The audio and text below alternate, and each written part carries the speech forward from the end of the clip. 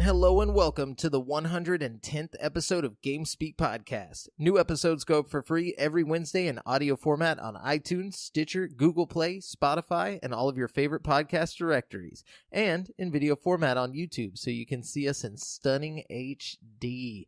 This show is two childhood BFFs bringing you all things video games. You can find us online at createforsanity.com where you can listen to episodes, subscribe for behind-the-scenes news, read rad articles, and buy sick t-shirts from our shop. Also, be sure to join the community in the Facebook group at facebook.com/groups/GameSpeak Podcast to hang and talk games with other nerds like us. I'm one of your hosts, Jamel Al-Jafra, alongside Brent Bitchin' Bass. Damn, that's it. And see, and I'm using bitchin' as in like, yeah, you know, like 11. I figured you didn't assume I was just 11. Like complaining about everything. You know what I mean? Yeah. 11? What? Doesn't 11 say bitchin' in Stranger Things? I don't remember. I can't remember either. It's been a long time since I watched that show. I love some Stranger Things, but I'm having a hard time remembering. There's like really specific things about the show that I remember, and like most of it I forgot. Like obviously I remember the main plot, like the Demogorgon and Will and all that shit. And I remember the part where like 11 goes through that wall and it's like all slimy. You know what I mean? Dude. And I remember her eating a bunch of Eggos, and I remember her like force pushing that kid. You know what I mean? So you remember random spots of the pretty much, yeah. There's like iconic moments where she eats an Eggo. I have a terrible memory. I don't know if you can deduce that from my. No, I'm the same way. I'll like get super into a show, watch it all the way through, and I'm all about it, and I won't remember anybody's name or anything from the show. Yeah, I've watched Breaking Bad all the way through twice, and there's still probably parts of that I wouldn't be able to tell you, like, what happened. What happened? You know what I mean? It's too much for one brain to really is. Consume and to hold on to. But yeah, anyways, so what's been up, man? Oh, not much, man. Tech Nine put out a new album, so I've been just driving around listening to Tech Nine, like the olden days. I just imagine you like just getting your car, like turn on Tech Nine and just drive around. Well, you know, when I got stuff to do. Okay. I'm not just driving in circles. It's like, later, Audra, I will tell you this. Listen to Tech Nine. I have done that to listen to podcasts that I was excited to listen to, and it's just like, because like that's the best audio you're going to have. You know what I mean? You're not just going to be like sitting in your room listening to it on your phone speaker and get the best experience, especially with music. You know what I mean? Like, yeah, and you get to be like, you know, it's like suddenly you're like in this secluded space where it's just you and the podcasters. Yeah, you know? I love like, that. And you can get them loud, so it's like you're in the room with them, you know? Yeah, dude. And you get it like so perfect great. like volume, you know? It's one of the best things ever. Like at work, love that. I'm always like cleaning and shit, so like having my AirPods on me and just like listening to whatever podcast I want or audiobook is like one of the greatest things like ever. I think one of the greatest feelings that a human can experience is just like a nice podcast while you have some busy work to do. You know, it's just going on. I love a good podcast, man. Me too. You know what's weird? I didn't even listen to podcasts until we started doing our podcast, and then I was like, yeah. Dang, fake fan, dude. No, just kidding. I mean, I just, you know, I didn't. Just kidding. I've always thought it'd be cool to do like radio or something. I feel like it's kind of the same. It's like a similar thing. It is. Know? It is. It's modern radio. It's like radio whenever you want it. Yeah. Radio on demand. If you think about what radio really is, it's just like open source, just shit. You know what I mean? It's kind of like that. It's kind of like the internet's. I don't know. Maybe I'm thinking too much into this. You know what I mean? Maybe so. I can see that there's definitely some parallels there. You know what I mean? Yeah. Yeah. I listen to a lot of podcasts now, and even back then, I think the first podcast I ever listened to was like in 2009 or 2010. Whenever I started like working as a janitor at the movie theater, because I was like there overnight, so like I would just be listening to IGN podcasts because that's all there really was back then that was like consistent. And oh man, good times. Definitely good times.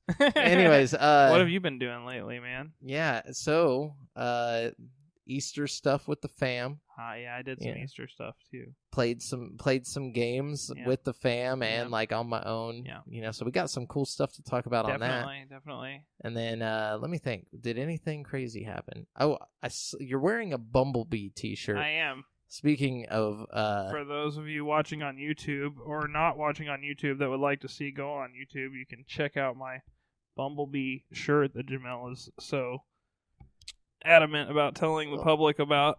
See, did I talk about Bumblebee on the last episode? I can't remember if I talked about watching Bumblebee. Oh, you saw the movie? Yes. I heard it was better than the other Transformers movies. But No, that could just be like, the hype train rolling in, For me personally, it was actual trash. Oh, hey, you know what I did see? What'd you see? I saw Pet Sematary. Oh, I saw that too. Yeah, I know. You told me it was you didn't like it. We talked about it on the show. Oh, okay. We talked about your experience with it on the show. Tell me about it. Tell me more. I mean, I was not a huge fan, but I have a big soft spot for the book, and it wasn't true to the source material, which I get. They're trying to switch it up, make it fresh. And like the only thing I liked about it was like as soon as the kid gets hit by the car, the whole story is like completely different. You know what I mean? It starts off like a almost true to the book kind of rendition, and then just like out of nowhere, the whole story completely changes. Which is like, it's whatever. Go about it if it's good. Yeah, exactly. If it's good, you know what I mean. And there were things about it I liked. I just personally thought it was executed very poorly. Like, whoever put the trailer together did a great job, because the trailer made that look shit. It just made it look fucking great, I don't know. The trailer kind of showed exactly what happens. I don't know, man. When I saw the trailer, I was like, that movie's going to be scary as hell. Like, I anticipated it being a little different, like, I realized that they were going to kill the girl instead of the boy or whatever, you know what I mean? But it's like, thought you'd get more grudge moments, with the little girl. I just thought they wouldn't change much more than that. You know what I mean? I thought it was more of like a strategic change, because the girl would probably be a better actor than the little boy. You know what I mean?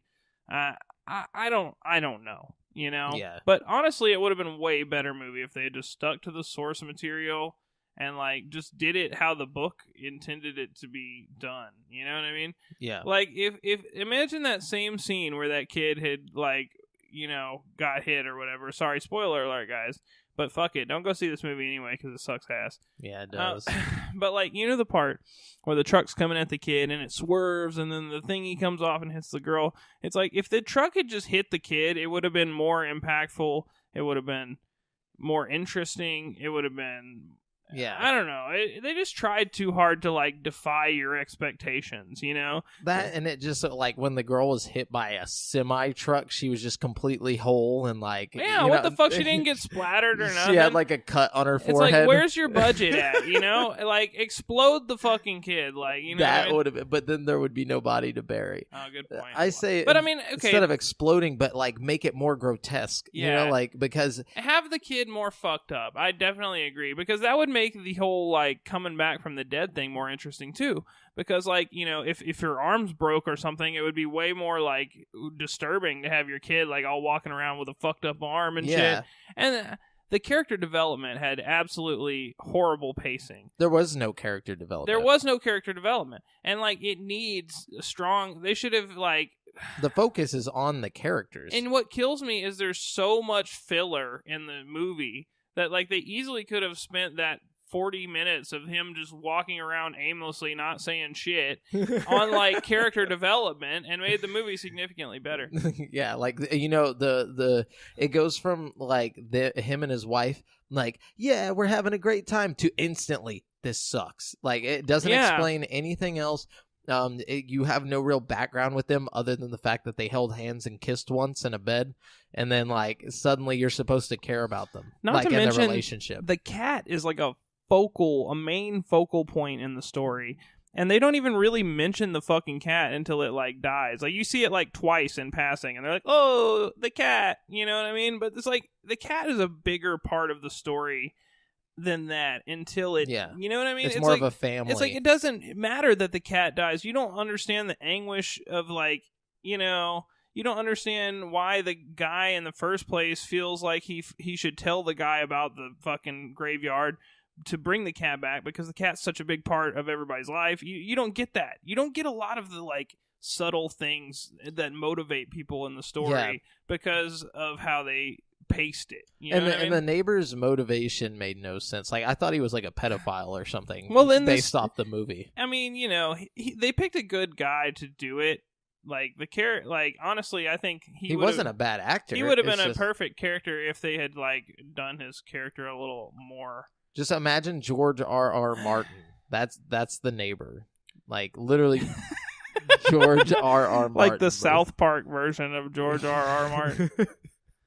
But anyways, yeah. So but yeah, that's our reviews on that movie. Don't watch it. Yeah. Read the book. Read the book. But anyways, let's jump into the news, dude. Yeah. So just so you guys know, we're using articles from gaming sites from around the web. We don't claim any of the news as our own, but our commentary is ours. So you guys can listen in on that. Yeah.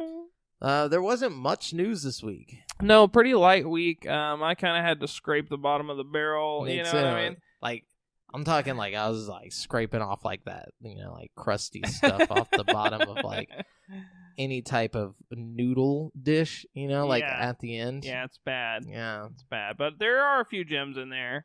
So let's work it out for these fools. Let's tell everybody all about the news. Do you want me to start, or do you want to start? I can kick it off. Kick it.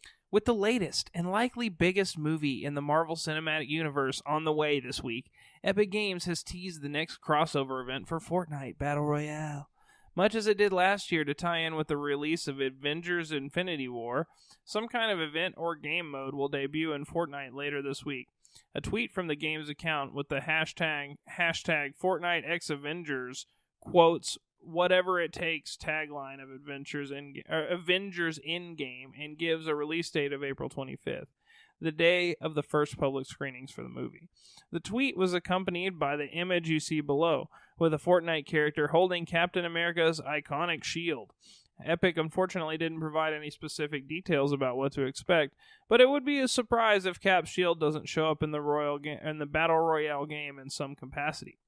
We might be able to look at how Epic approached last year's Infinity Gauntlet mode, which did not include any Avengers skins. If any are added this time, expect them to be premium items in the store, blah, blah, blah. So, yeah, I think we can expect a new game mode, maybe even, like, for them to bring back the Infinity Gauntlet mode. You know what I mean? I would be surprised if we don't see it for at least a limited time. You know what I mean? But I'm sure they'll put some other game mode in there, too.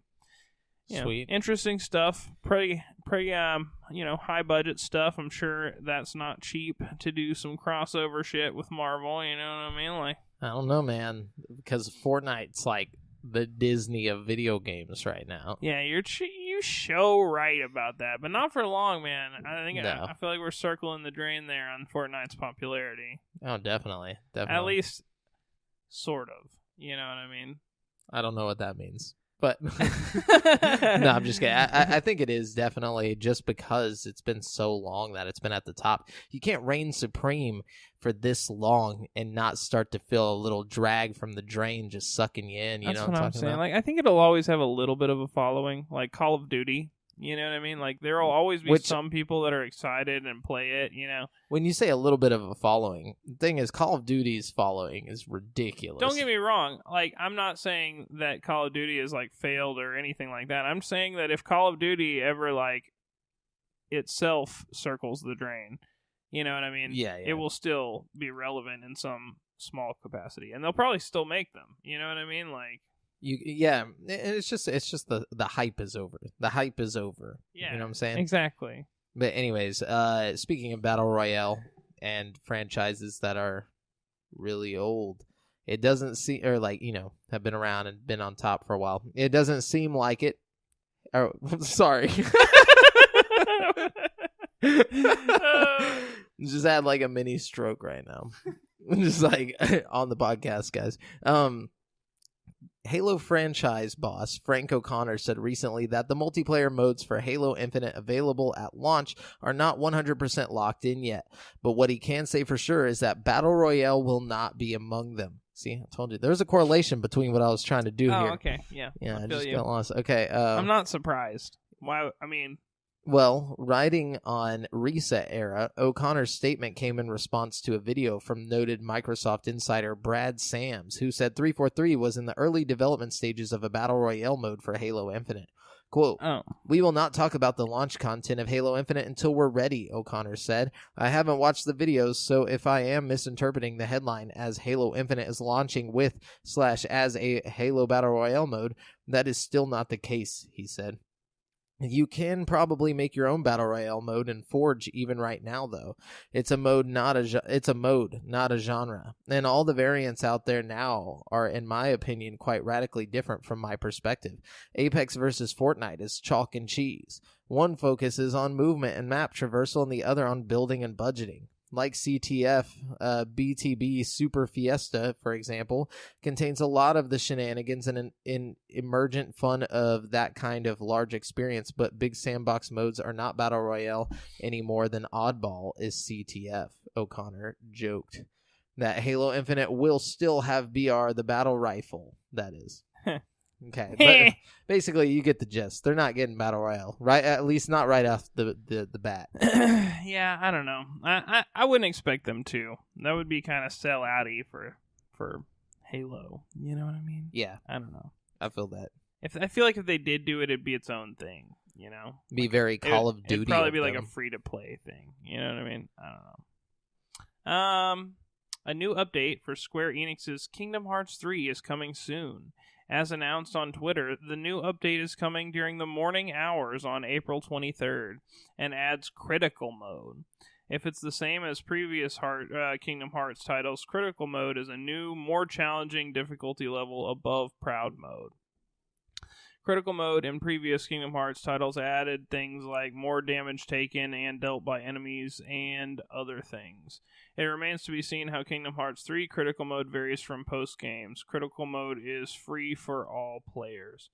So, cool. I mean, that's cool, because honestly, that's the number one thing I've heard complained about Kingdom Hearts 3, is that it's too easy even on the hardest difficulty. You know what I mean? So maybe this will be a fix for them, you know? My thing is I don't like difficulty, like, when it's just, you take more damage, or like, the enemies take less damage. You know, like, I feel like that just turns it into, like, I don't even know how to explain it. Almost like an arcade game where you're just, like, shooting the person a whole bunch just to kill them off. Like, where it's not a strategically made hard mode. You know what I'm saying? Yeah. It's not like, it's harder because the enemies are smarter, or it's harder because there's more enemies. Yeah, there's more enemies in certain areas or whatever, or like the boss has 2 extra minions than before, or he has an extra phase. I see what you're saying. I don't like hard mode just to be hard mode. Doesn't make sense to me. That sounds boring as shit. Like, it's like, now the game, the enemies can take more hits. Well, I mean, if the game is just too easy, I mean, if that's, okay. you gotta do something. You gotta do something about it, I guess. But anyway, so Konami has announced the 8-game lineup for its upcoming Castlevania Anniversary Collection. Wow, 8 games. Yeah, all Castlevania. Is it all like one? Is it like 8 in 1 kind of thing? Yes. Oh, cool. Yeah, the collection includes Castlevania, Castlevania 2, Belmont's Revenge, Castlevania 3, Dracula's Curse, Dope. Super Castlevania 4, Dope. Castlevania, The Adventure, Castlevania 2, Simon's Quest. Wait, what? Castlevania 2, Simon's Quest. Wait, so is Castlevania 2, Simon's Quest the same as Castlevania 2? Belmont's Revenge? No. So no, I think one of these is set in the same time frame or something, and they're like focused on different characters or something. Like, why would it be? Yeah, because I think Castlevania 2: Belmont's Revenge might be a Game Boy game. I could be wrong on that. I'm not positive. And one's the or NES game or SNES game. I can't remember. I didn't play too much Castlevania as a kid. Me either. But Castlevania Bloodlines, and finally, the rare Kid Dracula. The full collection will be released on May 16th for $19.99 on Switch, PS4, Xbox One, and PC via Steam. So, I'm probably gonna get that just so I can have it. It's gonna be on Switch? It's gonna be on Switch, dude. Cool. There's a lot of great stuff coming to Switch, man. I for a little bit there, I was a little worried because, like, I got a few things on Switch, and then I was going through the store, and I'm like, I don't really want most of this stuff. But, like, last night, I was going through the, like, coming soon page for Switch, and I'm like, Ah, shit, I want boy. all of this. I was like, that shit looks good. And Mortal Kombat's getting really high reviews on Switch. I think if I ever end up getting Mortal Kombat, it'll definitely be on Switch. You know, there's a lot of games. Definitely. I want to get Cuphead on Switch too. I think I've determined that if I buy Cuphead, it's also going to be on Switch. That's what I feel like. Everything's better on Switch. Yeah, like, just the fact that you can like take it with you. You know, that's sick. And Cuphead seems like a good like mobile game. Perfect. You know what I mean? Yeah. Like, I don't know. I think that'd be really fun. Yeah, that's gonna be sweet. Like all the Final Fantasies are on there now. Oh yeah, I really want to get Final Fantasy X and X-2. I've never even tried them. Yeah, me either. I'm about to get and they're those. like remastered. There's another one I was looking at. Oh, I want to get the Ace Attorney trilogy. Dude, yes. It's like all this shit is on here. Yeah, it's like man. It's like all these classic games. It's like the Switch is a classic console.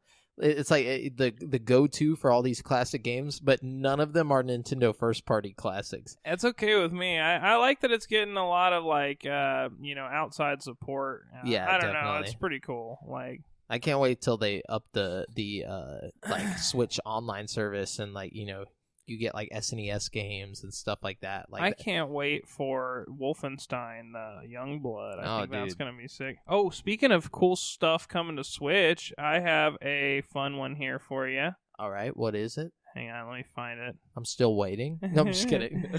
I'm waiting. Okay, here we go. While California-based studio THQ closed its doors in 2013, the Saints Row franchise lives on. The Nintendo Switch will see one of the more popular entries in the open world series, the Saints Row the Third, land on the platform in May, which in my opinion is the best Saints Row game. Saints Row the Third, the full package, a definitive edition of Saints Row the Third, will launch on the Nintendo Switch on May 10th. As definitive editions go, Saints Row the Third, the full package will include all of the original game's content and all the DLC released throughout its lifetime. These include all 3 mission packs, Genki Bowl 7, Gangstas in Space, and The Trouble with Clones, and 30 DLC items such as clothes, vehicles, weapons, and more. It wouldn't be on the Nintendo Switch without features exclusive to the handheld. In addition to online cooperative play, Saints Row the Third, the full package on Nintendo Switch, allows local split screen, a first for the game since its initial 2011 release. Unfortunately, the two DLC packs, the Bloodsucker pack and the Unblockable pack, have been removed from the game for balance and improvement. Saints Row the Third, the full package, will come with the Deluxe pack, a GameStop pre-order exclusive that includes extra goodies. The Deluxe pack has Saints Row themes, thumbstick grips, a double-sided poster, a purple microfiber cloth, 2 Saints Row sticker sheets, 3 double-sided lithographs, a double-sided box art inlay, and a deluxe game case sleeve. Saints Row the Third, the full package, retails for $39.99. Damn. All that for $39.99. I know. A local split screen. That's sick, bro. What? How are you going to have local split screen on that game? It's probably not in the open world part of it. I don't know, dude.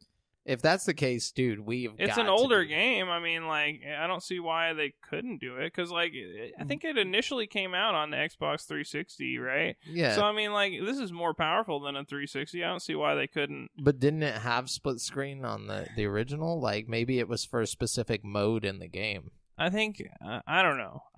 We gotta look into that. We definitely need to look into that, because if it's the full game, that would be sick, bro. Just to be able to, like, run around a big open world with your friends and, like, fly hover bikes together and, like... Oh, shit, dude. You know? That would be super That's pretty dope. sick, dude, if that's the case. Like... That'd be worth buying just for that. That's what I'm saying. So, the Stylus Shooter 13. I don't know if you remember that game. Oh, I remember. That's one of my favorites. Yeah, dude, it was dope. I had it on GameCube. It was pretty looking for the time, man. Mm-hmm. Especially for GameCube standards. I had it on Xbox. Yeah, it was a very cel-shaded game.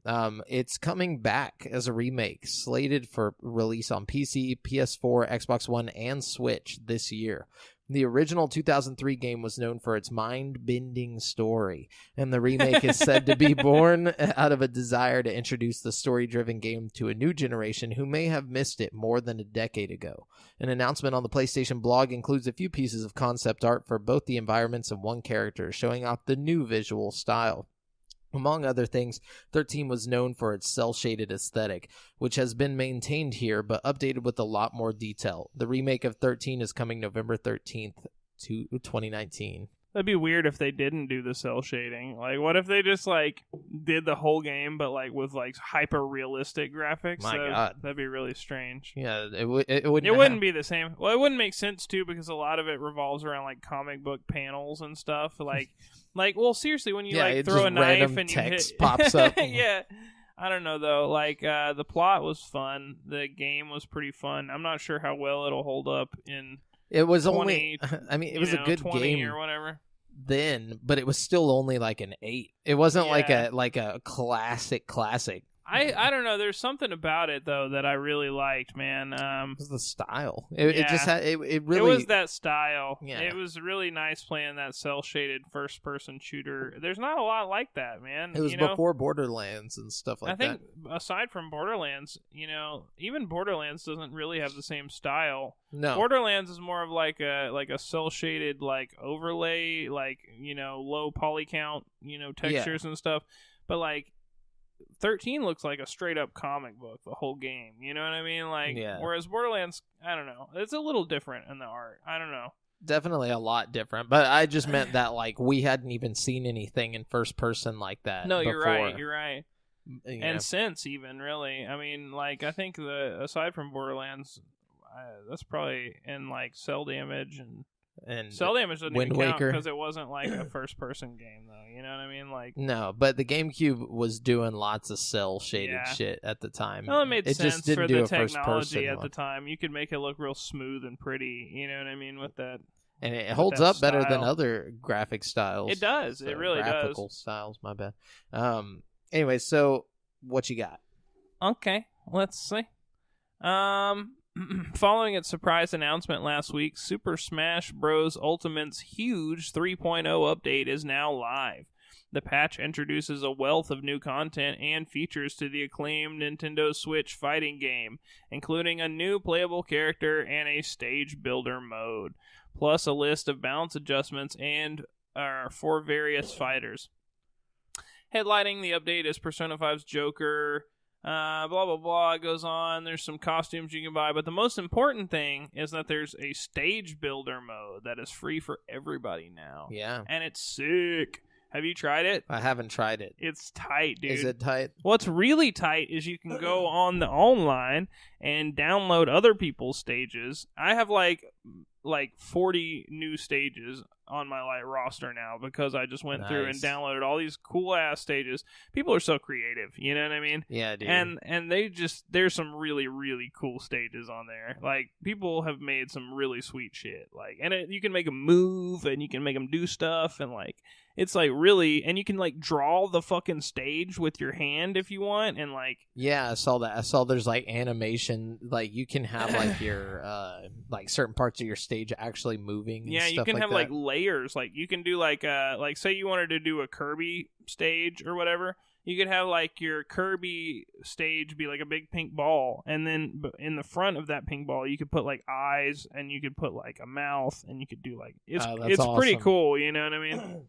That's pretty legit. Yeah, I don't know. I've had a lot of fun making stages and stuff, you know what I mean? And like you can like get a platform and you can like trace where you want it to go with your finger and you like make it do like loop-de-loops and shit and like that's like the animation and then thing. you can like let it go and it'll do it's fucking sweet. And you can like attach it to switches and like have it to where you have to hit the switch to make the platform move. There's just a lot of cool stuff, man. It's really neat how they did it.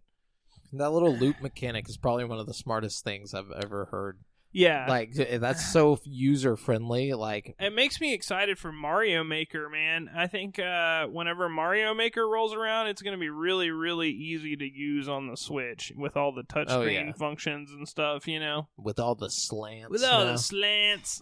So much slanting. So much slantage, dude. So Sega they revealed their Mega Mini Drive. I don't know if you, right. not Mega Mini Drive. It's The just one, a Mega Drive Mini. Right, we talked about it last week. They had 10 of them announced already. They had like Sonic and stuff on there. Oh, yeah. So did we go through the games? No, I think they announced more, right? That's what you're about to tell me. Yeah, okay, just making sure. I didn't know if we've already done this. No, but, I mean, we've talked about half of the ones they have announced already. Okay. But not the half that just got announced. So here's the 10 more games coming. Okay. The lineup of classic titles includes Sonic the Hedgehog 2, Earthworm Jim, and more beloved games. Fans will be pleased to see. That's the lineup. the fans will be pleased to see both Cast of Illusion starring Mickey Mouse and World of Illusion starring Mickey Mouse and Donald Duck included with Sega's miniature console. The device also comes with Streets of Rage 2, Contra Hardcore, and Shinobi 3. A further 20 games are to be revealed over the coming months. We already knew Echo the Dolphin, blah, blah, blah, blah, blah. The ones we talked about. Not gonna lie, I'm a little surprised at how good the lineup's looking so far. You know what I mean? I mean, like, don't get me wrong, Sega's cool and all, but, like, I didn't expect this to really be competing with, like, Nintendo's little mini consoles. Like, I think this is actually if the next 20 games they announce are this good, then it might be better than the Nintendo consoles they have out right now and stuff. You know what I mean? No, but it'll be better than the PlayStation one. But, I mean, like, Nintendo had everything, dude. How many games were on the Nintendo console? Like, 20? I don't remember. But it wasn't nearly this many, first of all. It wasn't this many, but there were a lot of good ones. A lot of good first-party Nintendo titles. I don't know, man. I just feel like there wasn't enough on the... Especially on the... Like, okay, the SNES had less, but the games, I feel like, were better quality. You know what I mean? I feel like the SNES was dope, The NES... NES was whack, but I might be a little biased to the NES one, too, just because, like, if you go on the fucking... Switch thing, it's got better games than the SNES. Oh yeah, than dude. the NES fucking, It's got their hits on there, dude. Yeah, there's some gems on there for sure. I mean, there's definitely a few that they still haven't put on there yet that I think they could. You know what I mean? They will. They'll come. They will, yeah. But I don't know. I just want the Sega Dreamcast Mini. Oh, dude, that would be sick. With Crazy Taxi, Resident Evil. There'd be some cool stuff they could put on the Dreamcast Mini. Soul Calibur, dude, that would be so dope. Oh man, Power Stone. There's a bunch of shit. Anyways, what you got? Yeah, moving on. Let's see. The Last of Us Part 2 is one of the most anticipated PS4 games at the moment. What? But things have been pretty quiet since the game's E3 2018 gameplay reveal. Where that? However, developer Naughty Dog has now offered a small glimpse into the post-apocalyptic game's development progress. It sucks. What if he actually scratch it all? We're starting over. No, creative director Neil Druckmann tweeted an image of the game's final script page. Neil Drunkman. I thought his name was Drunkman for a second. Druckmann. I was like, damn, dude, that's tight. The page simply reads, "Cut to black. The end." His caption, meanwhile, states, "The team has finished shooting that scene." The image comes just a few days after Druckmann posted an image on Instagram stating Laura Bailey, who plays an as-yet unknown character, has wrapped her shooting schedule on the project. Therefore, appears Naughty Dog has finished, or is close to finishing, shooting its motion capture scenes. While development of the game could still be ongoing for a while yet, finishing this stage is nevertheless an important milestone. In any case, many fans feel they've been starved of information about The Last of Us Part 2. This is news, apparently. This is what we've had to get. This is what we're reduced to right now. So to see it approaching the end, blah, blah, blah. So yeah. Yeah. Sweet. So he just spoiled We're getting closer to The Last of Us 2 being done. That's true. Actually, I assume that they were closer than that. So that's actually kind of like a step backwards in my mind. Yeah. You know what I mean? That ending sounds whack, though. You know what I'm saying? Fade to black. The end. Like, why does that sound whack? Isn't that how everything is? yo, dude. I mean, he just spoiled everything. Spoiler alert, bro. Should go comment on that shit. You should have put a spoiler alert thing. Oh. Like blurred out the image. All right, you got any more news? Because You're just fresh out over there. Straight out of news, dude. All right, well, Straight check out of it news. out. Developer Treyarch continues to expand Call of Duty Black Ops 4 with updates. Oh. There's one new one available on PS4, Xbox One, and PC that adds a map variant for free. There's also 2 new modes on the way and plenty more. The new map variant is named Arsenal Sandstorm. As you might deduce from the name, it is a version of Arsenal that's been overtaken by a dangerous desert storm. Sandstorm. It's available for free for all players now. PS4 players have a new mode called Deathmatch Domination to enjoy. Treyarch describes it as a first-of-its-kind mode for Black Ops series in which teams can increase their score by capturing objective points and by killing enemies. It's essentially a cross between Team Deathmatch and Domination. Really out of ideas over there, aren't they? They really are. Like, check it out, guys. Hold up. We're going to take Deathmatch. You know, everybody loves Deathmatch. We're going to take... What's our other mode called? What's it called? That one, yeah. We're going to just put them together. Fucking tell everybody about it. Tell them. Keep it going, Brent. I want to hear more about it. Okay, well, that's They've really never all done it there is before. about that. But there's a new mode that's only for PS4 players for now. Like, son of a bitch. Next week they'll have it on Xbox, I'm sure. But there's also a new mode for Xbox people that was previously a PS4 exclusive. It's called Infected, and it involves infected players running around attempting to pass their disease to survivors in order to turn them into the infected side. God, dude. That sounds so new and groundbreaking. No, I'm just kidding. No, not that I'm hating. Dude, you're hating hard. But it was really funny just to hear them say that. Like, a new mode we've never seen in the game franchise before. They just, like, mix 2 modes together. Which, I mean, it sounds interesting. I mean, it sounds fun, I guess. They gotta do what they gotta do here. You know what I mean? Yeah, I feel that. So we talked about Saints Row. You guys know about the Notre Dame fire. I'm sure you've heard that Assassin's Creed Unity is giving away copies of Assassin's Creed Unity for free. You can download it on Uplay through April 25th. But what you might not have known is they donated 500,000 euros to the restoration efforts. So, wow. I wonder how much that is in real money. No, just kidding. $565,000. Oh, okay. Yeah. Cool. Yeah. I Well, like I mean, that. Ubisoft is a French-based company, so it makes sense that they would help Notre Dame. Anyways, let's see what else we got. Apparently, I'm not going to read the whole article, but apparently there was a sweet-ass alien RPG that was in development by Obsidian, and it was called Aliens Crucible, and the guy said it was basically Mass Effect, but more terrifying. And he said that it got shot down, basically, but they had a really cool prototype built. Damn. And you were going to have, companions and, go through space and, fight aliens. And it was going to be really fucking sick. I'm sad that they canceled But with, a horror twist to it? Yeah, with, a that horror. sounds badass. I know. He said, the main challenge when they were making the game was, making, the conversation elements and, the horror elements separate. You wanted to still have the feeling that, something could bust through the wall and take you while you're having a conversation, but you also wanted to, be able to have a conversation without that happening. You know?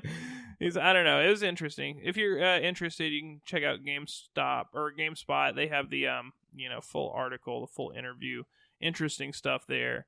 Also, Pokemon Go developer Niantic's next big game, Harry Potter Wizards Unite, is beginning its global rollout. As of late last week, the company has soft launched the game in New Zealand. A beta is now available in the country for iOS and Android, Niantic has announced. The purpose of the beta is to provide feedback that Niantic says will ultimately help the final release when it's ready. And also, finally, Ninja Gaiden 2 is now backwards compatible on Xbox One.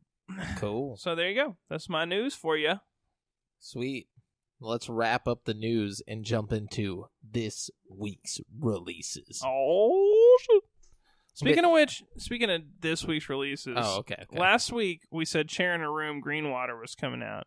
And I think, did that come out like today? Because I haven't checked today. I think it came out today. It came out today? Okay, just kidding.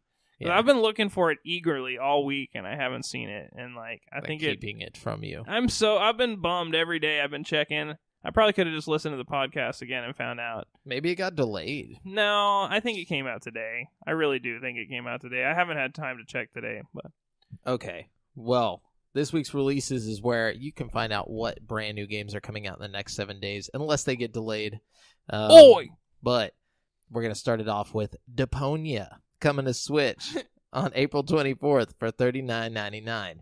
In Deponia, the world has degenerated into a vast garbage dump in which the crotchety Rufus ekes out his sorry existence.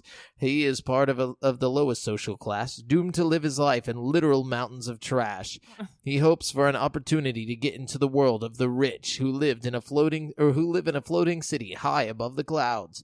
Fate seems to smile on the snotty good-for-nothing when one day the attractive lady named Goal from the higher sector plummets into one of the trash heaps. When I hear the name Rufus, I think about Ron Stoppable's pet rat from... Speaking of which, when I went to the zoo, not this past weekend, but the one before that, saw a bunch of naked mole rats. Dude. Nice. They're so cute. Nice. They look just like Rufus. Dude, boop, boop, boop, doop. Okay. And then we got Dark Devotion coming to PC on April 25th. Couldn't find a price for this game, but explore the secrets of a mysterious fallen temple and put your Templar faith to the test in Dark Devotion, where no sacrifice is too great in praise of your god. Measure your devotion. No, but anyways, okay. Spider-Man. Godspeed, Spider-Man. No, but Days Gone. It's coming to PS4 on April 26th there we for go. $59.99. Yeah, there we go, baby. I was looking for something new to get because, I think I'm going to sell my old Xbox. And I've called GameStop, and I was like, look, man, I'm going to be honest with you guys. I'm going to be 100% real with you guys. I got this Xbox, and it's a sweet Xbox, Yeah. I was like, but the disk drive is just fucked up, beyond repair. I don't know, maybe not beyond repair. Probably actually not beyond repair. Yeah. But it's fucked up, and will you still buy it? And they're like, yeah. And I was like, they're like, we'll give you $60 store credit for it. And I was like, damn, that's fucked up. That's one game. I know, but that's what I was thinking. I was like, well, that is like a game. I was like, so I'm gonna get the next big dope release that comes out with that. Well, if you want something big and dope, don't go with Days Gone. Why not? I don't know. I'm just being an ass. I was like, it looks dope to me. I don't know. Yeah, I'm going to wait for the reviews. That's what I was about to say. I haven't seen anybody's reviews yet. I'm going to, then again, I'm one of those people that likes to form my own opinion. But then at the same time, if it's getting like 6s and shit, I'm not going to spend my $60. I might wait for Rage 2 to come out. You know what I mean? Like, yeah, that might be the best bet because, imagine. I bet Rage is going to be sweet. Imagine spending your Xbox. My Xbox. On Days Gone. And it just sucks ass. Yeah, and it's just like, oh god, why did I do and this? I would really like to have something on the Switch, but like at the same time, it's like I don't know when the next cool, like really like thing that I gotta have for the Switch is coming. You know what I mean? Probably it won't be till later this year. When Animal Crossing drops, and you're gonna come to my town, and I will go to your town. Oh, dude, we're gonna be up in each other's Animal town. Crossing, dude. Anyways, Naruto Shippuden Ultimate Ninja Storm Trilogy is coming to Switch on April 26th for $39.99. Hello. Naruto Shippuden Ultimate Ninja Storm Trilogy is a compilation that includes the 3 first games from the Shippuden series. Oh, hell yeah. That's it. And then we got Full Seal Arbiter's Mark coming to Xbox One, PS4, and PC on April 30th for $29.99. Full Seal. And like a seal just like hops out, just like... I can't make a seal noise. Yeah, what does seals sound like? They do like a bark. Seals bark. Yeah, that's it. There we go. Wait, yeah, that's right. Okay, the tactical RPG Fell Seal Arbiter's Mark features fully hand-drawn environments and sprites in a 2D isometric perspective, as well as an original score by Jan Morgenstern, composer for Black Sigil, Blade of Exiled. You will need to use strategy and cunning, as well as master a complex class system to conquer the challenging battles ahead of you. And then we got Goat Punks coming to Switch April 27th for $9.99. Goat Punks is a multiplayer action game pitting your goat against other players in a battle to become king of the hill. Fight through an onslaught of bombs, obstacles, and each other to climb to the top of 9 mountains. Once up there, stay on top of the competition for 30 hectic seconds to claim victory. And then, so this one is based on those weird dolls, Ugly Dolls. It's called Ugly Dolls, an imperfect adventure, coming to Xbox One, PS4, Switch, and PC on April 26th for $39.99. This might be that big purchase. Oh, shit.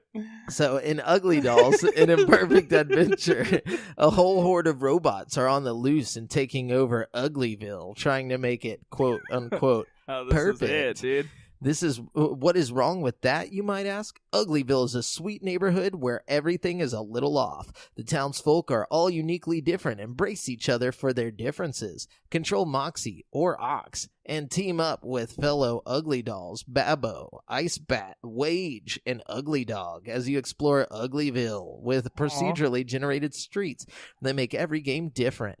Lure and trap a horde of relentless robots and send them out of Uglyville. Find your Ugly Doll friends to unlock new areas of Uglyville to explore. Quit saying Uglyville. You can even play together in 2-player local cooperative mode, dude. We might have to fuck up some robots. I just want this game so I can have Ugly Dog.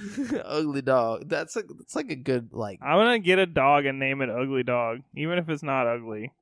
It's going to be my ugly dog. It needs to be like a beautiful dog. Yeah, like like a just straight white hair, just like beautiful.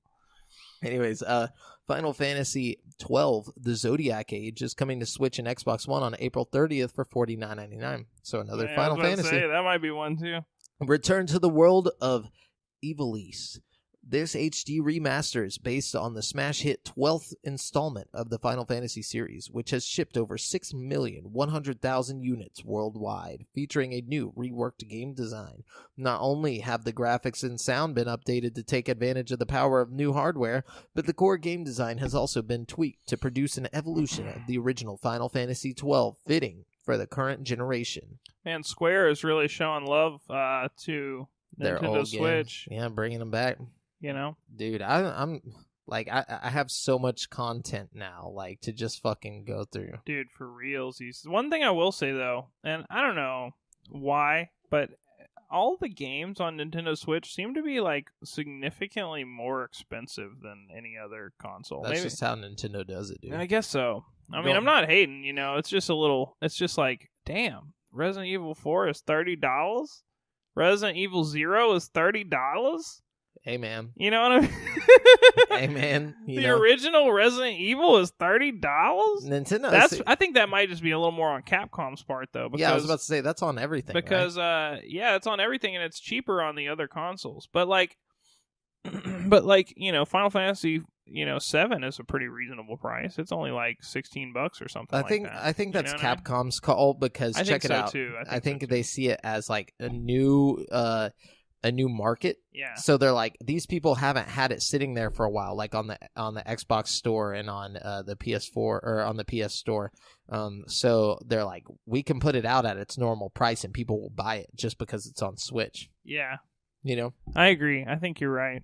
But also at the same time, if you own a Switch and you want a Resident Evil game that's fun, I recommend playing the Revelation series because they're only like $20 for the first game, $20 for the second game. They're both pretty good entries in the Resident Evil series. You know what I mean? Yeah, for sure.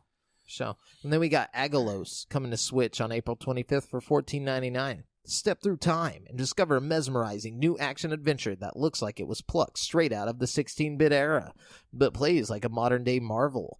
Agalos hurls players into the middle of a colossal struggle for survival as beings from another dimension threaten to invade the peaceful kingdom of Lumen. bursting with secrets and side quests and boasting slick melee combat that any 2D action game would envy.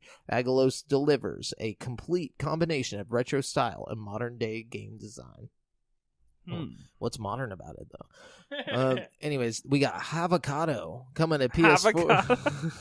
Like PS4. Havocado? Oh, yeah, Havocado. Good call. I was earlier, I thought it was like Havocado. Like, here you go. You can Havocado?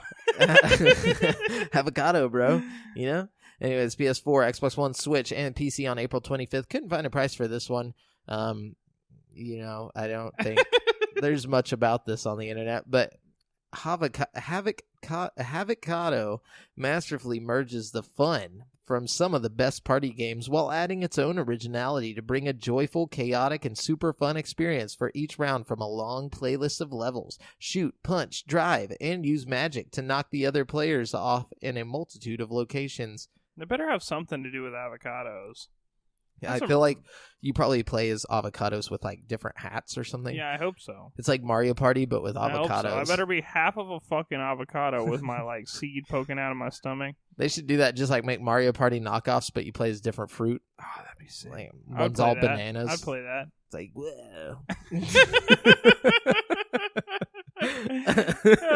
It's Mario Party, but bananas.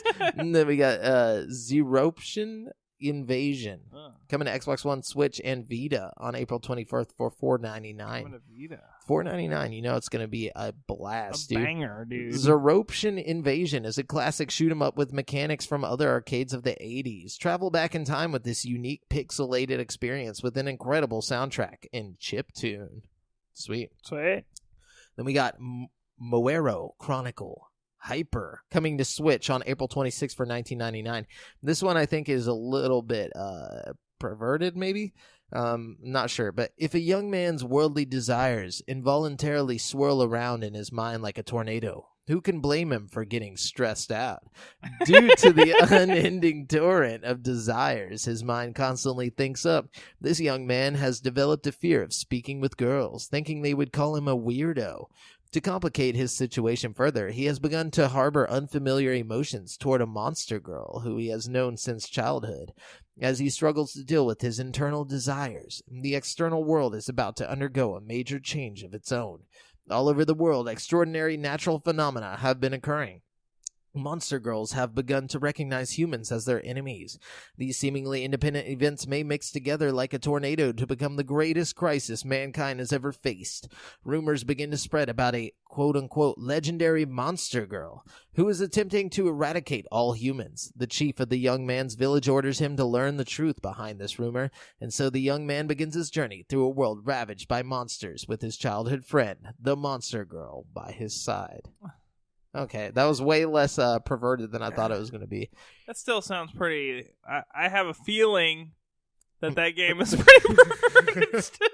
I think you weren't far off the mark on that one. Because like the picture of it was like a bunch of like anime girls, like, you know, just looking like anime girls, but I mean, like, come on, dude, monster girls. Yeah. I mean, come on, dude. But see, I saw that and I was like, oh, it can't be that bad. So I click on it and it made me put in my age. So I was like, okay, because I had to get the read, the whatever it's called, the write up.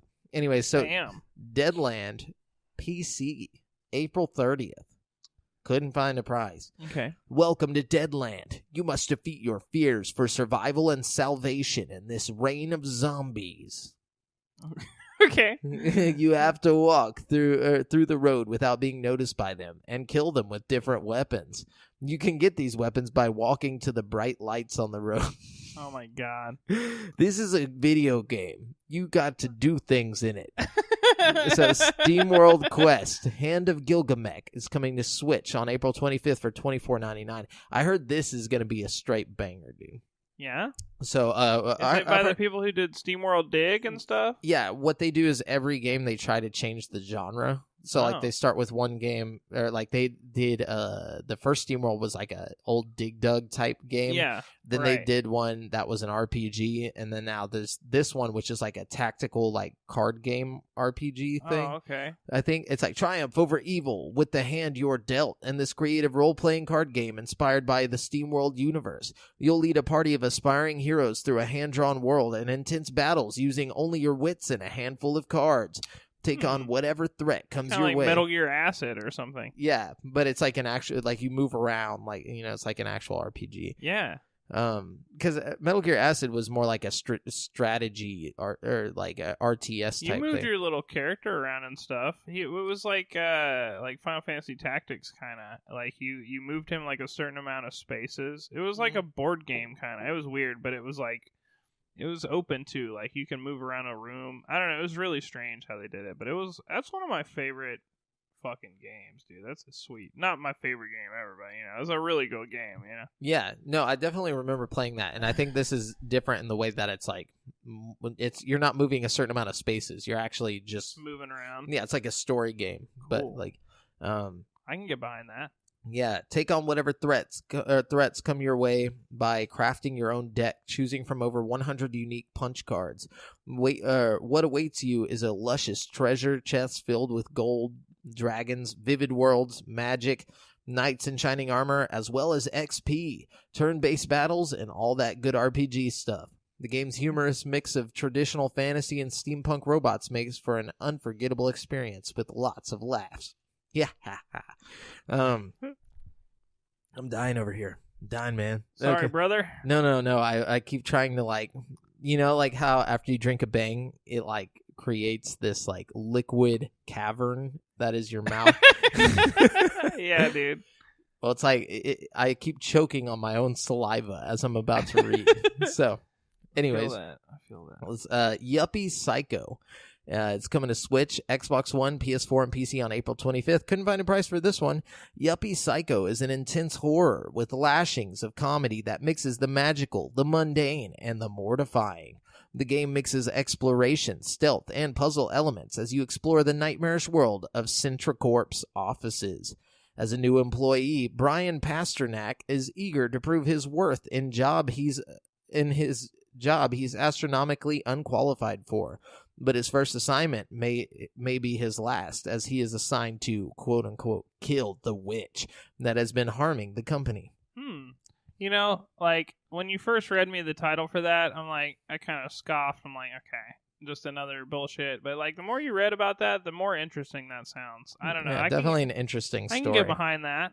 Yeah. I'm curious what the actual gameplay is like. Is it like a 2D game or is it like a 3D? Like, what are we working with? I think it's 2D. I think it's going to be, but I think it's like one of those, what's it called?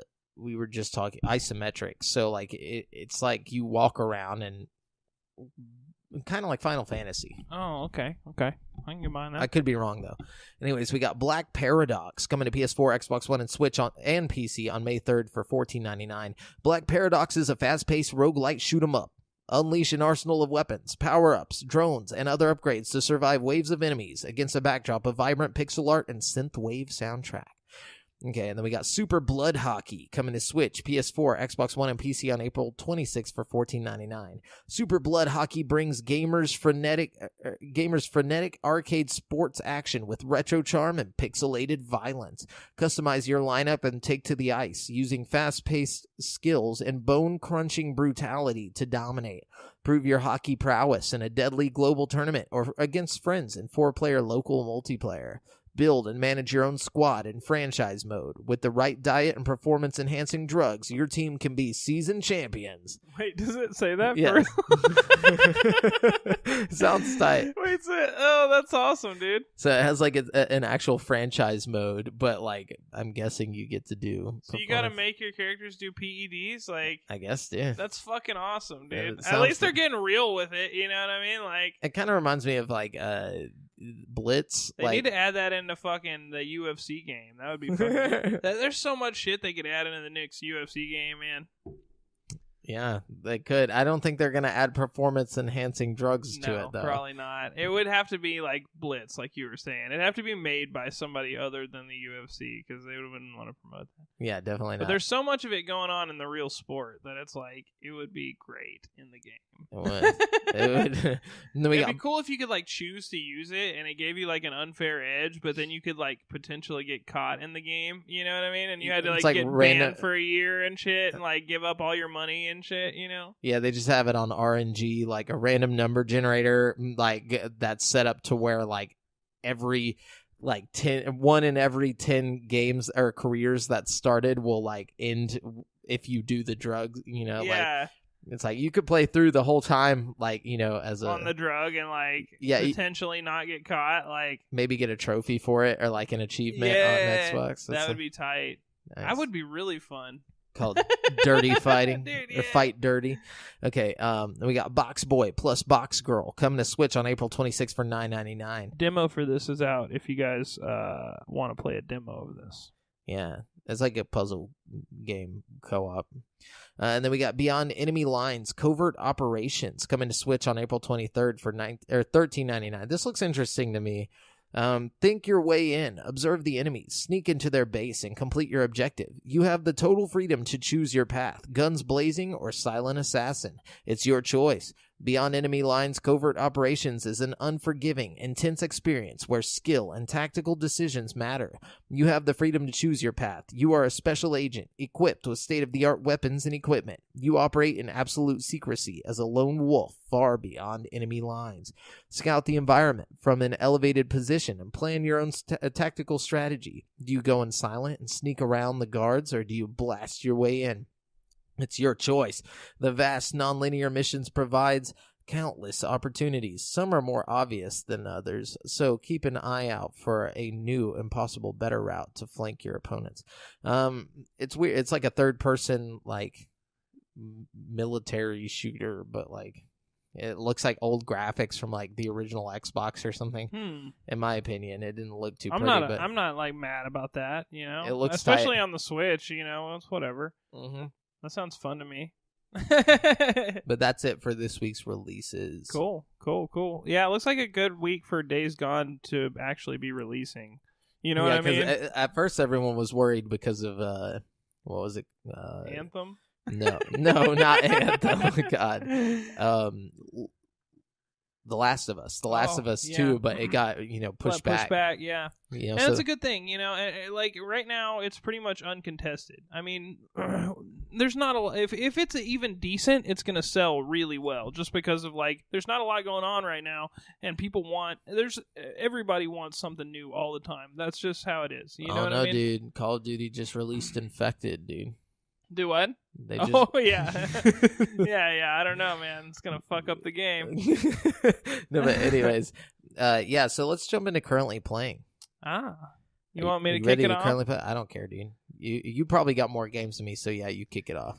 Okay, so currently playing. I'm still playing Elder Scrolls Blades. I've gotten to the point where I realize that the game itself is very repetitive. Just like most mobile games. You know what I mean? Of course. I've also pretty much hit the paywall, you know what I mean? Which means like I have to like space out my game sessions like within hours to get like certain things, But at the same time, I'm having a lot of fun with it. Like, I don't know, something about the simple tapping combat and like the spell casting and leveling up my character and getting new perks and stuff. It's a lot of fun. And the missions only take like 10 minutes to do, so you can like go do a quick quest while you're just bullshitting, you know what I mean? It's like and it loads up really fast for how pretty it looks, you know what I mean? Like it's weirdly fast how fast it loads up on my phone. And like I can just get a game in real quick. Like the other day Audra was at the mall and she's like, I'm going to go try on some stuff in the store, and I was like, okay, I'm going to play a game of Blades over here, and I sat down and I started playing the game. I did a couple of missions and she came back and she's like, I'm so sorry it took so long. I was like, hey, I'm good. I'm over here blading it up, you know what I mean? I'm killing goblins, getting jewels and stuff. So, I mean, I'm having a lot of fun. The main thing about Blades is like trying to build your town up, you know what I mean? So like okay. I'm like, so you're trying to get like, you got this big destroyed town. The game starts and you go into this town and it's just completely fucked up. And like the guy's like, oh, the queen fucked our town up and blah blah blah. And so like you're like, okay, we're gonna rebuild this shit together, you know. And Yeah, so like yeah. you build a house and you like build a smith, like a weaponsmith, and I built me an alchemy lab, and you know, like, and as you build these things, you see the town come to life around you, and you can like earn decorations for your town through quests. So it's like really rewarding. Like you start like, you know, pumping money into the thing, and as you like get more stuff for your town levels up, and as your town levels up, you can do higher level quests, and that's where the paywall comes in. You know what I mean? Because it takes time to go between quests. Well, not only that, but like in order to build a house, you have to like have a certain amount of like materials and stuff like that, you know. So you have to have it a certain level to get to that quest, but then you have to have the right amount of materials to get this, and you know, it's just like a little. It's not as bad as people make it out to be, though. Especially if you're not just like expecting everything to happen right then, you know. Yeah, yeah. Like, I don't know. It's a fun game to chip away at for a few minutes every day, you know. It sounds fun. Sounds fun. I'll have to try it. I keep forgetting it's even out. Yeah, I don't know. I like it. I'll probably keep playing it until I'm just like, I don't know, sick of it. You know what I mean? But as it stands right now, I'm having a lot of fun with it. Also, I am playing Arkham City, Batman Arkham City. If you listen to the show every week, you know that I played Arkham Asylum last week all the way through.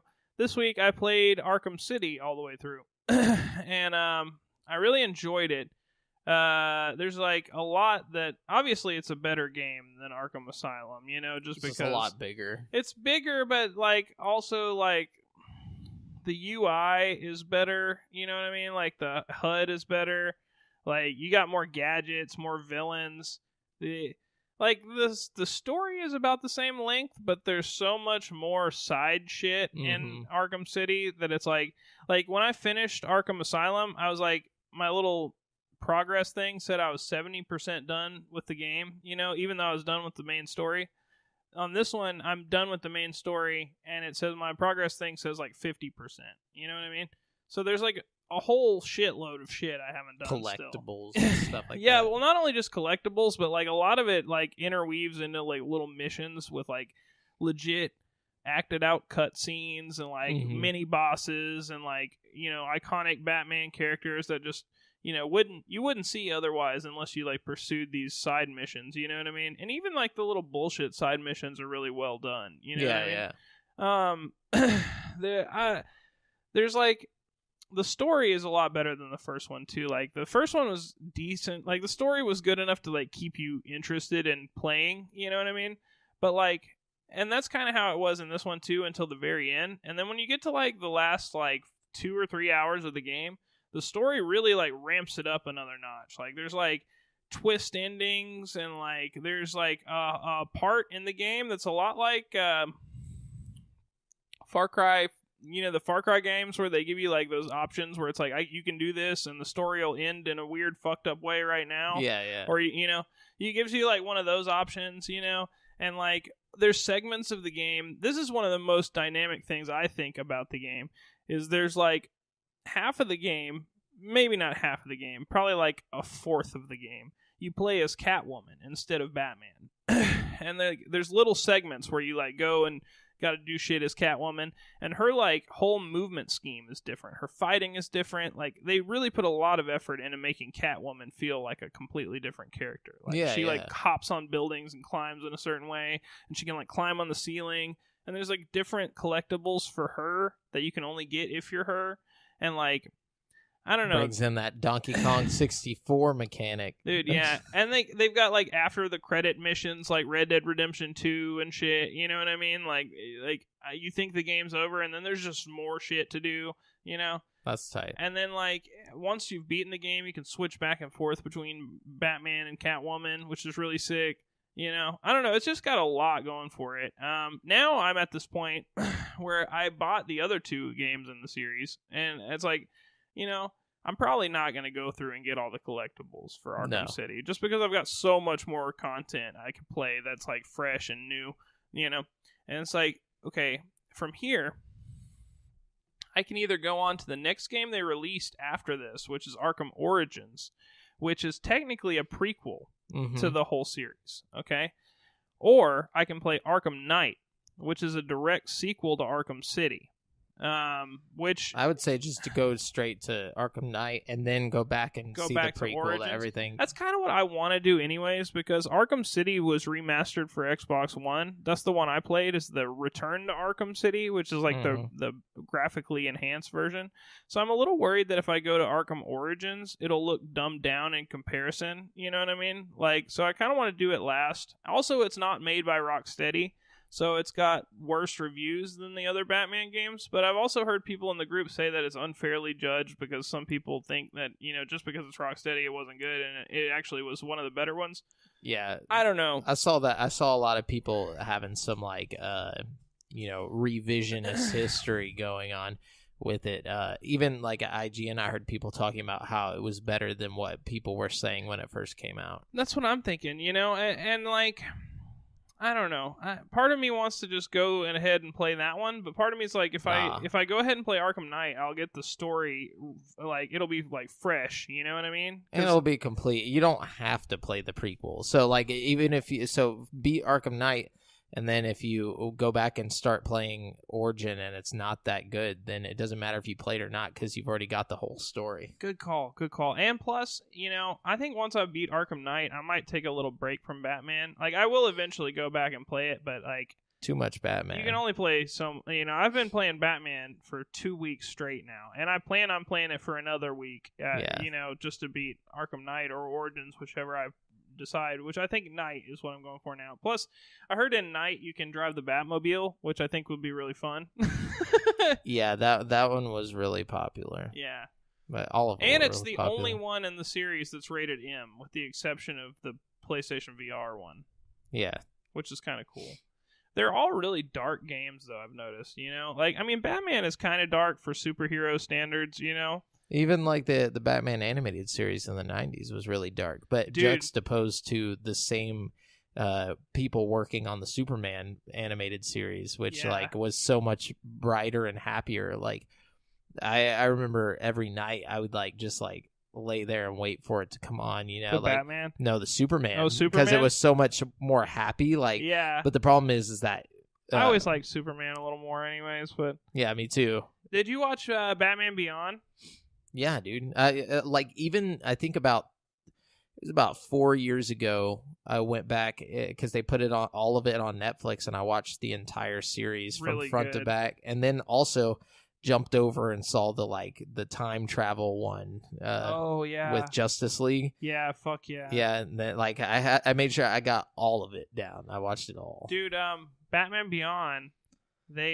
First of all, there's a lot of like sweet costumes you can get, but they have the Batman Beyond costume as one of the costumes for Arkham City. Fucking dope. It's sick, dude. You can like fly around, and it changes his cape too, because like, you know, usually you have like the fucking normal bat cape, but you know, in Batman Beyond he's got like the little wings on his like arms or whatever, so it takes the cape out completely and just does the arm wings, which is, I thought it was a nice little touch. You know, they didn't have to go that hard with it, you know. That's the cool thing about the game, is like they go the extra mile as far as like animations and little things like that. Making like, it look you know, good. they could get away with not doing, you know what I mean? And people would still be like, oh, well, you know, it's a costume, it's cool. You know why what I mean? People like Rocksteady, man. Dude, yeah, they went the extra mile with that one, man. And there's so much I haven't done. Like, I basically just played the story. You know, there's like a few, like, there's a whole bunch of shit that I didn't do, and I assume that it's all really cool, because like the stuff that I did do was awesome. You know what I mean? Yeah, that's why the rumors about them working on a Teenage Mutant Ninja Turtles game like had me so excited. Can you imagine? Be stupidly fun, and honestly, it would work so well, because like the way that they make the games, like the way that the city is structured in the game, would be perfect for Ninja Turtles. Like, they have like lots of like sewer sections. The only complaint I have about Arkham City is that it's like got a really clunky like map system. Like, there's a lot of times where I'm trying to figure out where to go, and I'm following the little compass, and it'll take me like right over a spot, and I'm supposed to be like 4 levels down or some shit, you know? And it's just like, I don't know. Wish there was some way I could like tell. But, you know, aside from that, that's the only frustration I had with the game. Is like inability to like get from point A to point B at times because I'm having a hard time navigating, you know? Yeah. 9 out of 10. Just enough Batman. No, I'm just kidding. Not enough bats, too many men. What else? That's it. That's all I've been playing. Okay. I mean, it took up a lot of time, you know. It's a little longer than the first game, and I really wanted to beat it. Like, I literally finished playing Arkham City about, 4 hours ago, like, before I came up here. Gotcha. And I will say this, the ending was great, man. A really, really blockbuster fucking ending. Like, it was good. Nice. Well, yeah, I've been playing a long game as well. I'm still playing Final Fantasy IX. I'm 25 hours in now. Fuck. And it's still, I feel like there's still like 5 more hours to go. It's cool that they had a game that long back in the day, though. You know what I mean? Like, dude, that's so high fucking quality. long, you know dude. what I mean? Like, but that's the weird thing. Even though it's so fucking long, every time like you would think that you'd be like, okay, it's 25 hours. I'm fucking tired of this. Like, I still care about the characters. I'm still interested in what's going on. I'm not well, it's burnt got to out. be a lot like Persona. You know what I mean? Like with Yeah. its 120-hour campaign. You know, I feel you. Like you'd think after that long, you'd be like, oh god, fuck this. But it's like Yeah. you're invested in the characters. As a matter of fact, I'd say after 20 hours, you're probably more interested in what's going on because you're like so attached to these characters you've spent so much time with. You know what I mean? Like exactly. And I feel like the pacing is done really well. That you're not constantly like doing these random encounters or that's anything. important in a really long game like that. Oh, you know, there's like a lot of story, a lot of like doing like story stuff where like you have to run around in the town and like talk to people or like and I love that. Dude, it really builds the world. Like the world feels real to me, even though it's like these hand drawn like backgrounds that are like 2D, but then there's like some parts of it that are 3D that are obviously just placed there for like set. But it's like I don't know how to explain it. It's like being in an animated movie. Like I feel like it's like a mix between Pixar and like Studio Ghibli. Like you just really care about the characters. It gets serious sometimes, like people die in it and stuff like that, but at the same time it almost feels like it's made for kids, but like it has that Nintendo charm to it, like where it's like you don't feel like it's made for kids, but you don't feel like it's made for adults. It's just like for anybody. It's for everyone.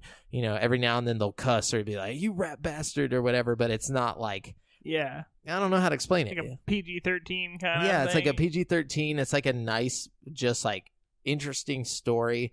And you want to see it through to the end. So I'm hoping to finish this up by tomorrow or at tomorrow sometime. But no matter what, by the next time we do this show, I'm going to make sure I beat it. And then I want to I love it so much that I want to play through Final Fantasy 12 right after this. Like you should go to 7, man. I think while you're still adjusted to like the old graphics, I think I will go to 7's a little bit more polygonal than this one. Yeah, but it's got that same like everything you just described about what you like about. Yeah, 9, it's all in 7. It's all in 7. You know what I mean? I was thinking that. I want to jump at just because I want more steampunk too. Yeah, I like the setting in 7. I really like the characters in 7 a lot. Like Cloud and the dude with the gun, and like I love all those guys, man. There's like. And that's the thing is like with this one, I tried to play it like how they wanted it to be told, so I kept everybody's name the same. Yeah. I didn't realize like I'm fairly new to Final Fantasy games. I played all the way through 4 on my Game Boy Advance Micro, but like I didn't realize that you're going to be playing as different characters throughout the whole game. You don't play as just one character, right? So like I named the first person my name, like that came up, and then I was like, fuck. I was like, why'd I do that? Because I thought it was just going to be like, oh, this is my character. I thought he was going to be like a silent protagonist or something like that. I'm so used to playing games like that. Yeah. That like, he starts talking, he's got his own, personality and all this stuff. And I'm like, damn, that's definitely not me. But like, I don't know. When I play role-playing games, I like to role-play as myself in that world, sure, you know? But, like, I know a lot of people don't like to do that. They just like to... That depends on the game for me. Same. Like, KOTOR, like, you can't play as yourself because you already, like... Well... I don't know. The second time through, you know what's going to happen. So you're like, I'm not going to play it as me because that takes away from the story, you know. Yeah, true. It's But also in a game like KOTOR where it's like a heavy emphasis on like morals and stuff, I like to put myself in those positions and like think about my you as a person, how would you handle I would this? handle that personally, and I think that's a big part of it for me is like putting myself in that role. Yeah. You know, so I do try to make, especially in games like that, I try to make my character look and like sound like me, and maybe they won't have my name, but it'll be like Brentino or something, you know. It'll be like I'll put like a little something there, so it's like almost my name, you know. Brant. Yeah, exactly. I actually work with a guy named Brant. His name is Brant. No, Brant. but no. So like this one though, you're more you step back and you just take in the story because you're making decisions, but they don't affect the storyline. They affect what kind of like item you get or whatever. Okay. So the story is the story, Yeah. you know. So like I really wish I would have just kept them all as their official names, which I did, all of them except for the one. But anyways, loving it. Ready to play some more Final Fantasy after I finish this one. Then on Easter, you know, hung out with the fam. We played a lot of Mario Kart 8. I fucking just kicked everyone's ass, dude. Hell yeah. Yeah, which like so AJ's girlfriend, last time we all hung out and played Mario Kart, she kicked my ass so much. I was like, what the fuck? Like, you know, you've been training since then, like. Yeah, I was like, Mario Kart's like my shit. No one beats me at Mario Kart. You know what I'm saying? So then, you know, we're all there, and then like totally kicked everyone's ass. I'm back on my game. Don't fuck with me. Mario Kart 8. That's the way it goes. Dude, the games I'm good at, nobody ever wants to play. You know, Like I'm what? good at like Dead or Alive. I'm good at like UFC 3. Yeah, I'm good at like. You need to spend more time in the games that people like, so you can just fuck everyone up. But see that I would rather spend time in the games that I like. Nope. You know what I mean? No, that's not competition. No, I'm just kidding. You got to have that competition mindset, bro. No, I don't know. Yeah, but like I agree. I don't just sit around and play Smash Bros because I want to be good, you know, like better. I feel like Smash Bros is one of those games where people just fucking train, dude. Yeah. Like I mean, I think I'm pretty decent at Smash Bros, too. but I'm not like, you know, I'm like super ultra god mode, you know what I mean? Like yeah, it's like I can beat Aaron once every 3, you know, matches or so, you know. So like I'm like I feel like I'm doing all right, you know. Like I hold my own online. That's the thing, you know. I play online sometimes, I don't play online. and I'm like okay, you know. I win a few, I lose a few, but like when I play online on UFC 3, I like fucking. I win them all. I beat people like 10 times in a row sometimes, dude. Like it's ridiculous. Like I'm really, really fucking good at that game. Like, and it's just because I've found things that work, you know? That's one of those games where, like, every button does something very, very specific. Like, you know, X does a little kick, or a circle does a little kick from the other side, and your bunches are, like, each button. So each button is, like, a hand or a foot, you know what I mean? Yeah, like, yeah. your triangle and your, you know? And It's then, strategic. like, you have to hold other buttons in combinations with those buttons to make your hand do, like, a hook or an up, or, you know? Like, all kinds of weird little things that you just have to, like, play forever to figure out, you know? But it's like, I've figured it out, you know? I played quite a bit. But then there's more to it than that. Like, you can figure out all that and still not like be good, because like you have to like move, like footwork's a thing, but then if you move your body away from punches that are coming at you, like it takes impact off, and if you like lean into stuff, it's like you have to like start paying attention to how the characters are moving and stuff. Like it's weird. But it's really fun. You sound like a nerd right now, dude. No, I'm just kidding. I am. I really am. Some dude comes in and he's just like, what a nerd. No, like it sounds like you really enjoy it. It sounds way too intense. It sounds like you're doing math while you're playing. It is. Like, I feel like one of those memes with all the little math problems. That's what I see head. right now. As you're talking to me, like all of that was just like flying over my head. I was just like, okay, so we're moving our feet, go against, there's impact, less of it if you go away. Okay. Yeah, I would have already. It's just really hard to like sometimes I'll convince somebody to play it with me, and then I'll just like beat the fuck out of them, and they'll be like, okay, I don't want to play anymore. I'm like, no, you just got to learn to like. And they're like, no, I don't want to play anymore. I'm like, see, the problem is there, you know, like, can you go pro?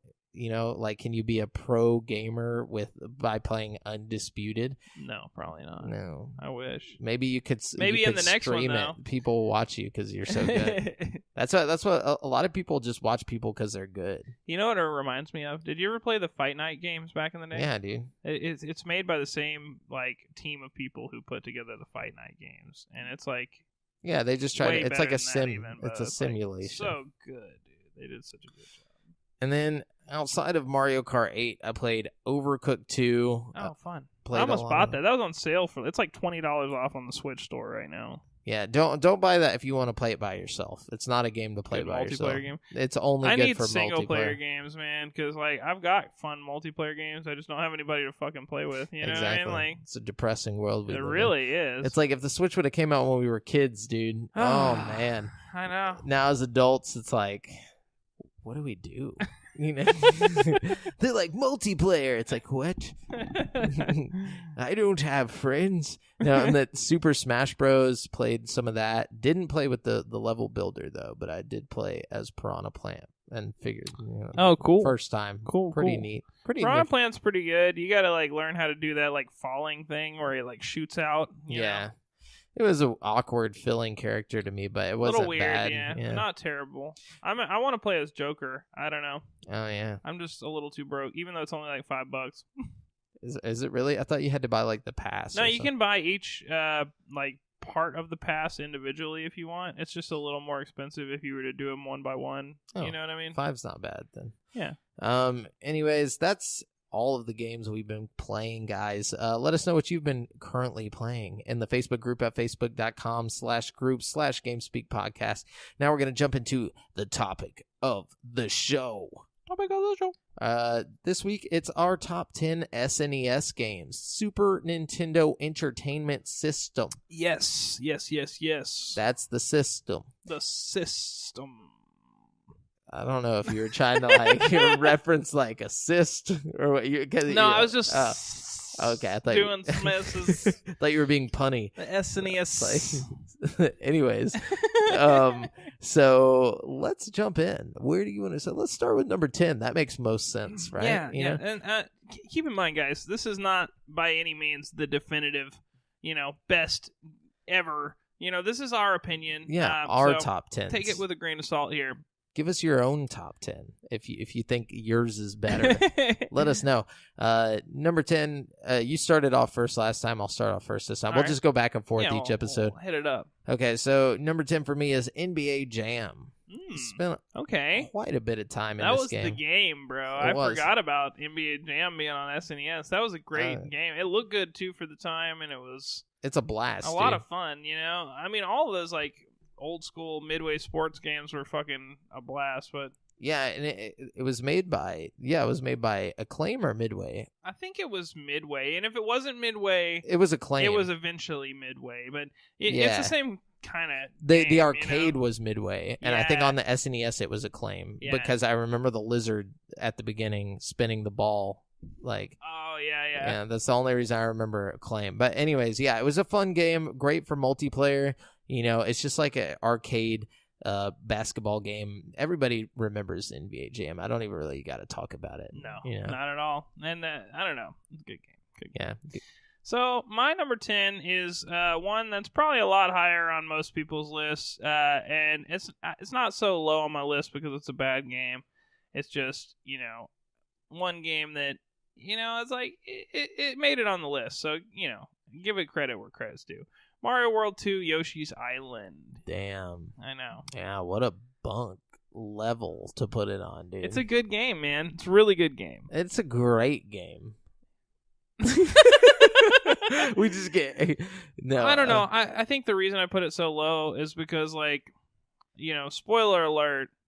I had to put 2 Mario World games on the list because of this. You know what I mean? Oh, okay. And I didn't want to do 2 of the same franchise kind of thing, but it's like, See, they're so different. Like the first and second Mario World games are so different that it's like almost a totally they're not different... even. Yeah, they're not meant to be. I don't think at that time. Like I think if you put 2 on something, it didn't mean that it had to directly correlate to it. No, look at fucking Mario Bros 2 in general. You know what I mean? Like But at the same time, you expect it to be like sort of similar. You know what I mean? At least a little bit. But it's like totally fucking different. Yeah. You know what I mean? But I thought it was amazing. Oh, I agree. It's definitely it's amazing game. Every game on my list is amazing in my opinion. So Okay, gotcha. Number 9 for me is Super Mario Kart. Amazing. man, the racing games never find a way onto my list. I really liked Super Mario Kart. Honestly, if I had to pick a racing game to go on my list, though, I think it would have been F-Zero.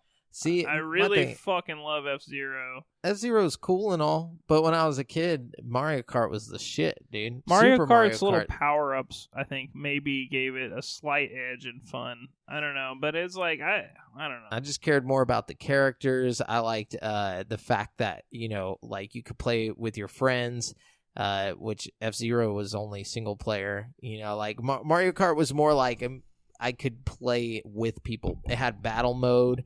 It had all the classic stages. I don't know if I'm just like just too stupid to like comprehend it or what, but like with these 2D racing games, like I have a hard time like distinguishing the track, where the track is. Yeah. And, like especially with Mario Kart, like Rainbow Road, and like I would just like constantly driving off the road and slamming into shit, and like I had no control. I feel like, you know what I mean? Like, even the Game Boy Mario Kart was better to me than the Super Nintendo one. You know what I mean? I think it lives on my list mainly because of nostalgia and and it playing had a lot fun of it. multiplayer. I mean, at the time it was awesome. You know what I mean? But it's like one of those games that's like it didn't hold up very well. It pisses me off. You know what I mean? It definitely will piss you off. Definitely, I agree. But I still it's easily the hardest of the Mario Kart games. Oh, absolutely, dude. Absolutely. It's just because the tracks are so small. Yeah. Speaking of really hard games, my number 9 is very, very difficult. Super Punch-Out. Oh, okay. You've been playing that recently. I've been playing normal Well, not Punch-Out. Super Punch-Out, just Punch-Out. They're both very similar games. Super Punch-Out just looks really good compared to normal Punch-Out. Yeah. You know what I mean? Like, the graphics are a huge step up. Other than that, it's a very similar game. You know what I mean? Yeah. The thing about Super Punch-Out, I feel like it almost looked like a Windows game or something. You know what I mean? Like, it did, yeah. It was pretty good.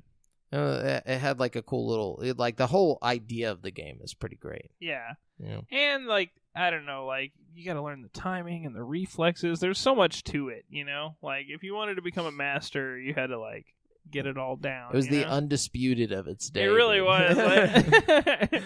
So number 8 for me is The Lion King. I spent a lot of fucking time playing the Lion King game as a kid. That's the only reason it had to be on my list, because it's one of the top 10 games I played as a kid. Yeah, that's like my number 6. Yeah, not Lion King, but it's similar. Similar, yeah. So like these games were, everywhere.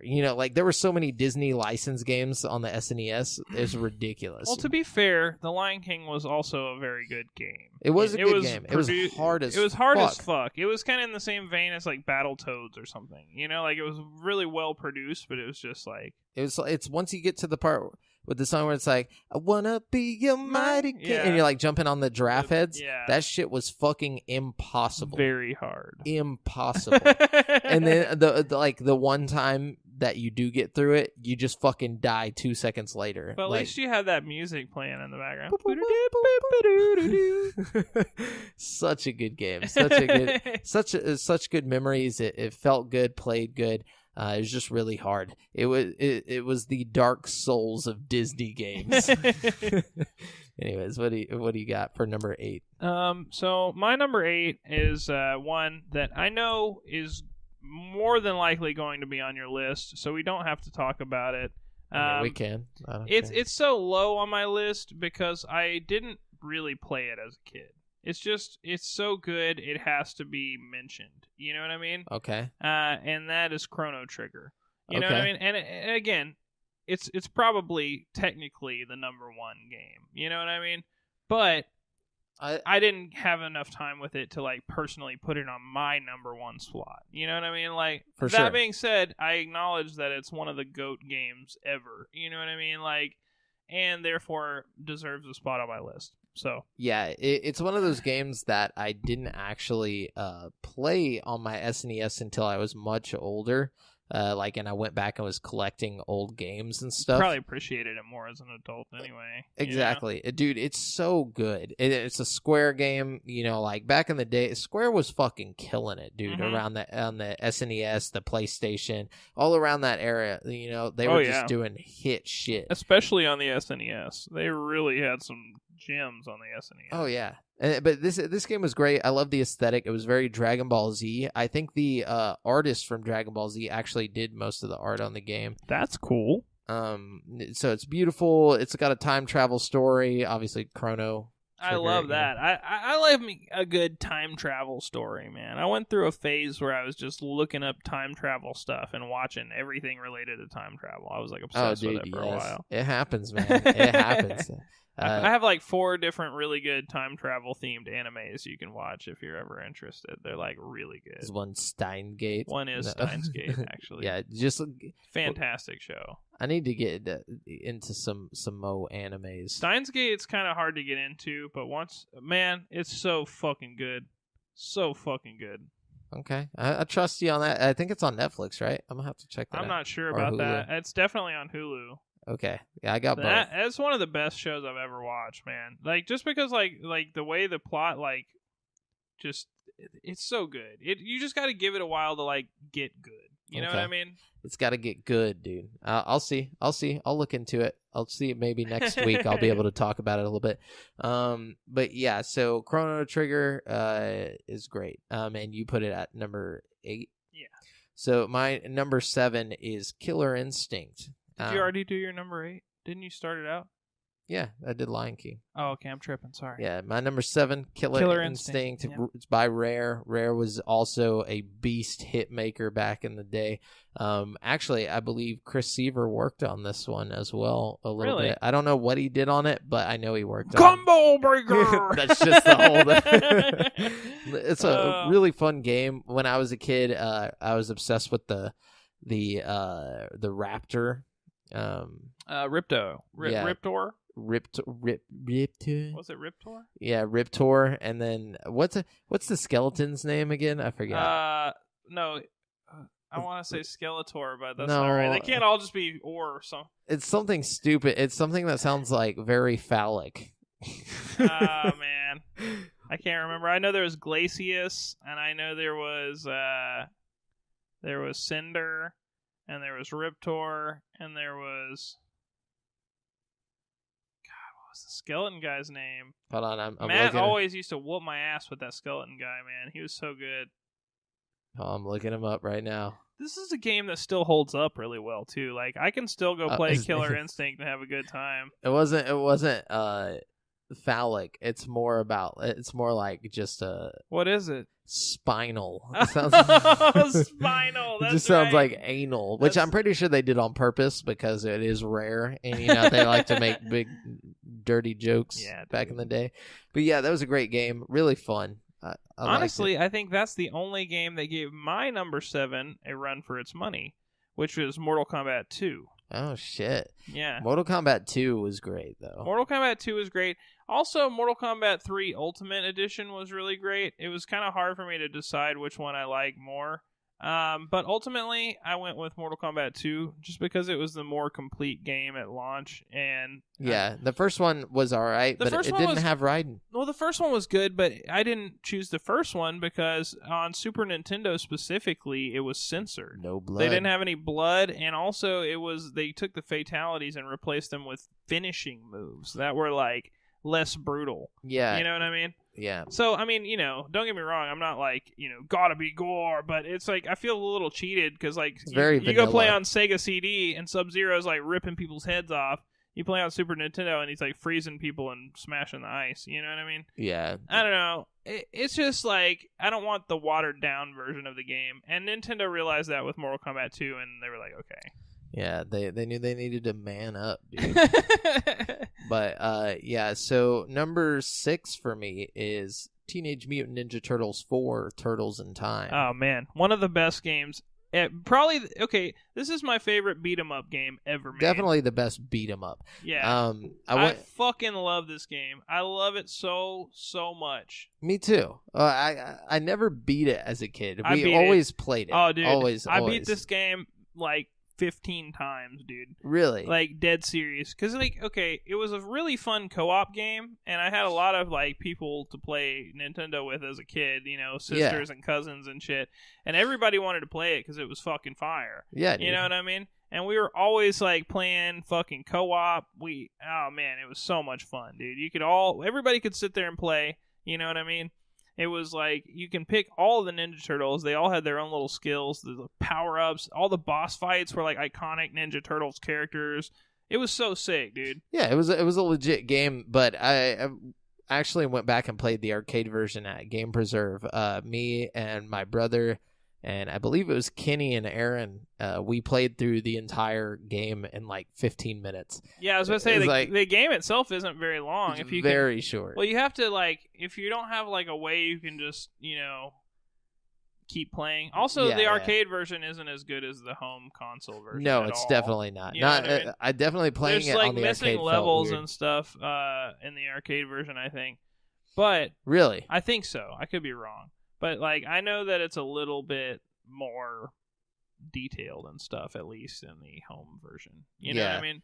All I know is that I played the shit out of this game, especially with my brother. Dude, fuck yeah. The sewer surfing level. It was like that Battletoads level, but actually fun. Oh, yeah. You know what I mean? Definitely. Ah, dude. That game was so dope, bro. Like, It was one of the first games where, like, it was like before, you know, you had Halo co-op. This was the co-op game to play through together. This was my favorite game to play multiplayer on as a kid.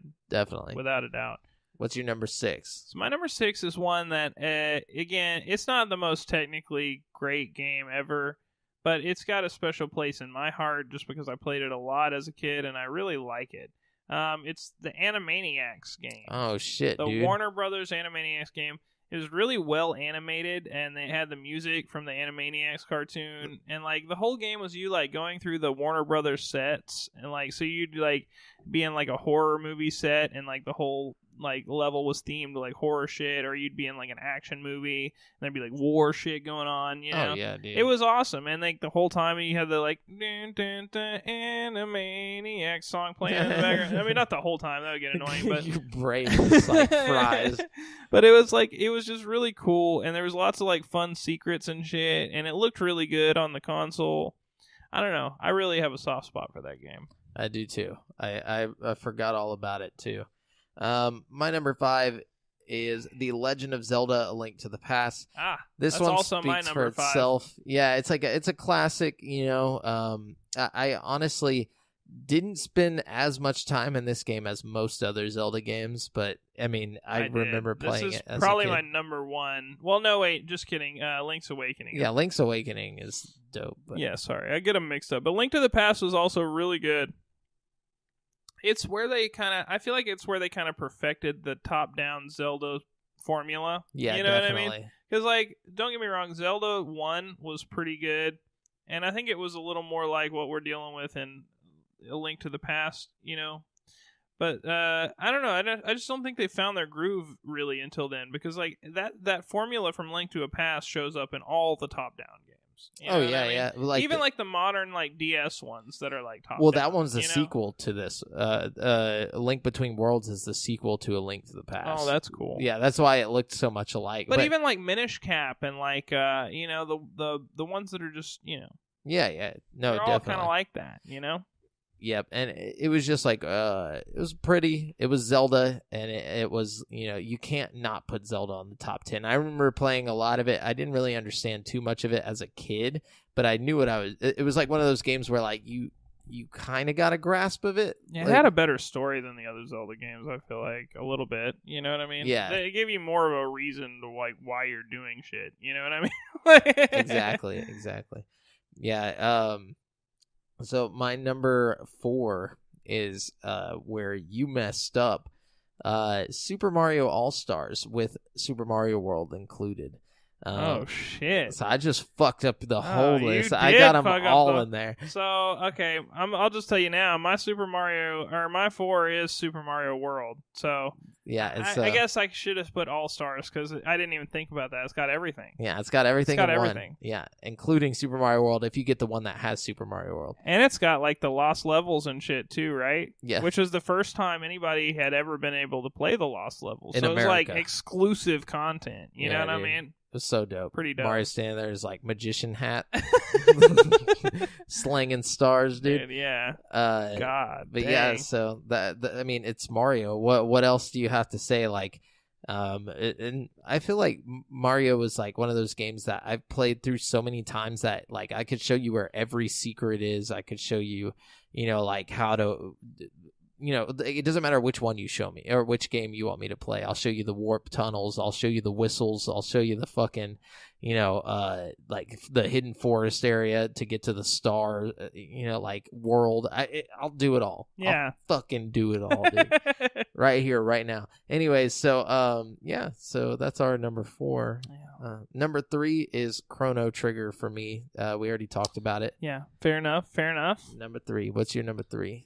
My number 3 is Donkey Kong Country. Donkey Kong. I couldn't pick one because I like them all equally. I really do. Even the third one, which I know a lot of people don't like as much as the first two, I really like them all. I really do. Yeah. And I just couldn't pick one. So I just said Donkey Kong Country in general, and Friends. If I had to, no, I don't think I could pick one, even if I had to. Well, yeah, so I'm surprised that you put Donkey Kong so high up on your list above. Oh, they're great. Super Mario World. Well, the thing about Donkey Kong, to me personally, was how good the graphics were. Yeah, dude. I think that was really the selling point for me. Took it to the next level. Because level. there's lots of platformers on the Super Nintendo, but Donkey Kong is blatantly the best one. Yeah, you know yeah. what I mean? There's no denying objectively it, the best looking. There is no debate about it. No. You know what I mean? And I don't know. You got to recognize that. And plus, it's one of the games I played a lot as a kid. The music's really great. Yeah, dude. I don't know, man. I love it. And the inclusion of it's the first time. I don't know. You see Donkey Kong in a new light here. You know what I mean? We didn't have any Donkey Kong games like this before. You know what I mean? No, and it had some type of what's it called? Chronicling going on here. You had Donkey Kong, which is actually Cranky Kong in the Country series. You're playing the original Donkey Kong's son or grandson. What? So, yeah, Cranky Kong is OG DK from the arcade one that was game. Throwing barrels at. Yeah. Oh, that makes so much sense because he's cranky. Yeah, he's old and cranky, and then and that's why he's back in my day, blah blah. If you pay attention to what he says, a lot of it is throwbacks to the stuff that he was doing as the original DK. Yeah.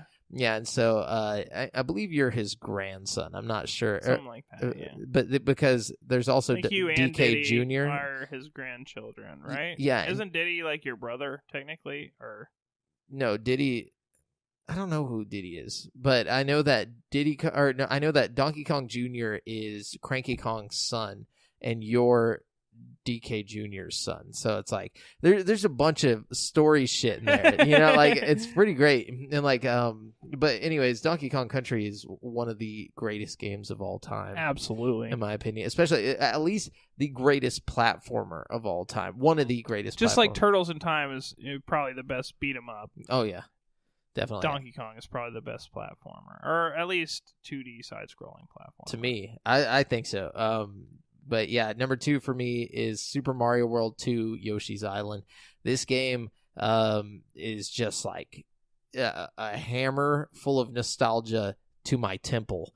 It's just it's a good game, man. It's such a good game. I actually watched some friends of mine play it all the way through a few years ago, and it's just it's still held up. And we all had a fun time. I didn't even really play. I just watched them play, and we all had a fun time. It's a good game. It is. It has a nice little story. Mario, baby Mario, you're basically trying to get him home, and then the whole situation with the art style is just, that's, I think, one of the main reasons it holds up today is because it didn't take the traditional Mario art style. They went with this like like fairy tale, like kids book look. It was the first Yoshi game, and that took that and like made it a thing. The problem is every Yoshi game hereafter becomes more of a kid game. Mm-hmm. This one still had a lot of difficulty to it. Like, yeah, it I was wasn't just gonna say hard. that, but I was gonna say it's also not like almost every game on the Super Nintendo was like super fucking hard, dude. Like, I don't know what the fuck developers were thinking at the time. I think the thought process was like, if we make the game harder, it'll last longer for people. Yeah, you know what I mean? It's more like they still had the arcade mindset. They were like, okay, like, we just make it hard. That's what, And I think that was one of the draws to Yoshi, like Mario World 2 Yoshi, was like it was still challenging, but it wasn't impossible. Unplayably hard. You know what I mean? Like, it was like people had a lot of fun playing it. It was like relaxing. You know what I mean? Yeah. And I think that's why they went with the future Yoshi games being like easier, because they're like, okay, people like the fact that it wasn't as hard as the other games. Let's just double down on the easy factor. You know what I mean? Like, definitely. No, that could definitely play a part in it. But I think it did have some challenging moments for sure. It was like, it wasn't an easy the bosses, game by any means. And it was, the animations were so cool. Like, I still think about like the boss, the big bouncy like it was one of the dude. best looking games on Super Nintendo. Oh for yeah, sure, dude. And like, so good, so good. Anyways, what's your number 2? So my number 2 is Teenage Mutant Ninja Turtles: Turtles in Time. Oh, sweet. Haven't heard this one yet. So no, just kidding. No. Fucking love that game, man. The game always makes me want pizza, bro. Oh, dude, yes. And when I'm playing that game, I gotta have some. Well, I don't have to, but I really want pizza every time. I literally eat pizza every have time. To have pizza every time.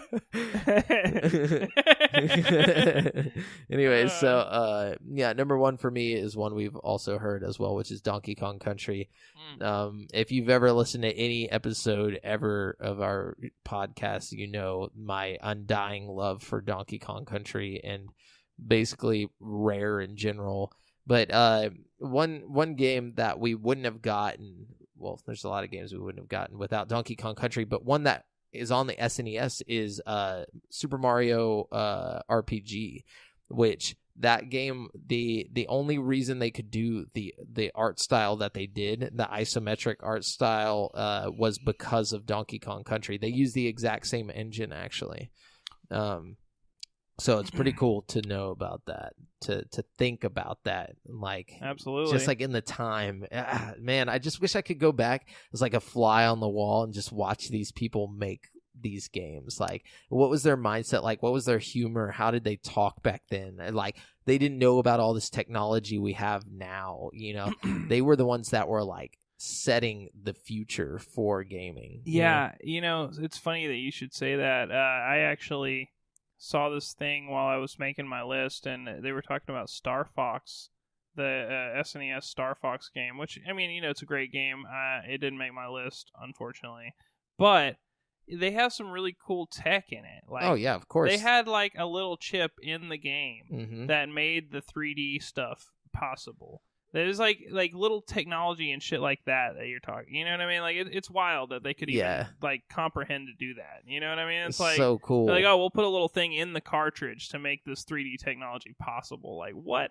Like, dude, it just blows my mind. Like, that's why, like, I feel like kids these days might not look back fondly on like polygonal graphics and stuff like that, but when I see it, I just see like the foresight, like these people that could see into the future of what was going to be there. And and whenever you as a kid were playing those games, you knew, like, when you played Mario 64 for the first time, you understood what was possible with video games. You know what I mean? And I think that's what made those games so special. It's like a realization that, like, whoa, the way we're headed, we're going to eventually have Grand Theft Auto 5. Like, we didn't know it was Grand Theft Auto 5, Yeah, exactly. But we knew that in the future, something like that would be possible. And I think it inspired a lot of people. And I think that's why I'm so inspired by, like, VR, is because, like, I see that same kind of, like, I see it. I know it can happen. I know that it's going to happen, and it's just a matter of like when. You know what I mean? Definitely. And it's not even like just that. Like it's weird how we've come so far, yet we all look back and yearn for like these older games, you know? So it's like no matter how great technology gets, these are the ones that like still stand the test of time and created the path for these games that we play today. Like it blows my mind, dude. The Super Nintendo was one of the greatest all-time systems, you know? Absolutely. Like, just so insane. And like I'm glad I though I was born like right around when it came out, I still had one, you know. Well, we had older sisters, you know, Yeah, so exactly. like they had them, you know, and it's like it's a cool thing to like grow up around, you know what I mean? Yeah, I'm glad I got to grow up with it. That's all I'm saying, you know. I agree. We lived in a time, dude. We lived in a time. But yeah, so that's it for. Well, hang on, I still got to do my number one, shit, bro. My bad. I thought Are you kidding me? My B, dude. Number one. So my number one is one you actually just mentioned. It is Super Mario RPG: Legend of the Seven Stars. Shit, dog. The funny thing is like I was gonna say something about it whenever we were first talking about Donkey Kong, and I was like, no, I'm gonna wait in case his number one is Super Mario RPG. And after I said mine, I thought for some reason you went first and had already said your first. So that's why I brought it up about this. No. My bad. My B, dude. No, it's okay. It's a great game, though. I mean, honestly, it's one of the dopest collabos of all time. Like, Square collabing with Nintendo. Hell Square yeah. Enix, for those of you who don't know, that it used to just be Square without the Enix. It's like Squaresoft. I think it was just Square at the time. And then it Okay. was Squaresoft, and then it was Square Enix, I think. Or maybe it was Squaresoft. I don't know. It might have been like Square Softworks. I don't know.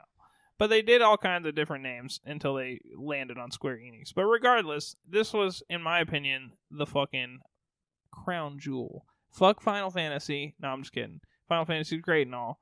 But, like, everybody's like, oh, Final Fantasy 6, blah, blah, blah. Nah, dude. Super Mario RPG, dude. Super Mario RPG. Significantly less detailed. It's not like a straight-up real, like, No. JRPG like Chrono Trigger or anything. But the influence is there, obviously, because it's got the people working on it. And, like, it's more lighthearted. It's more like a traditional Mario game in that sense. It's a lot like Paper Mario.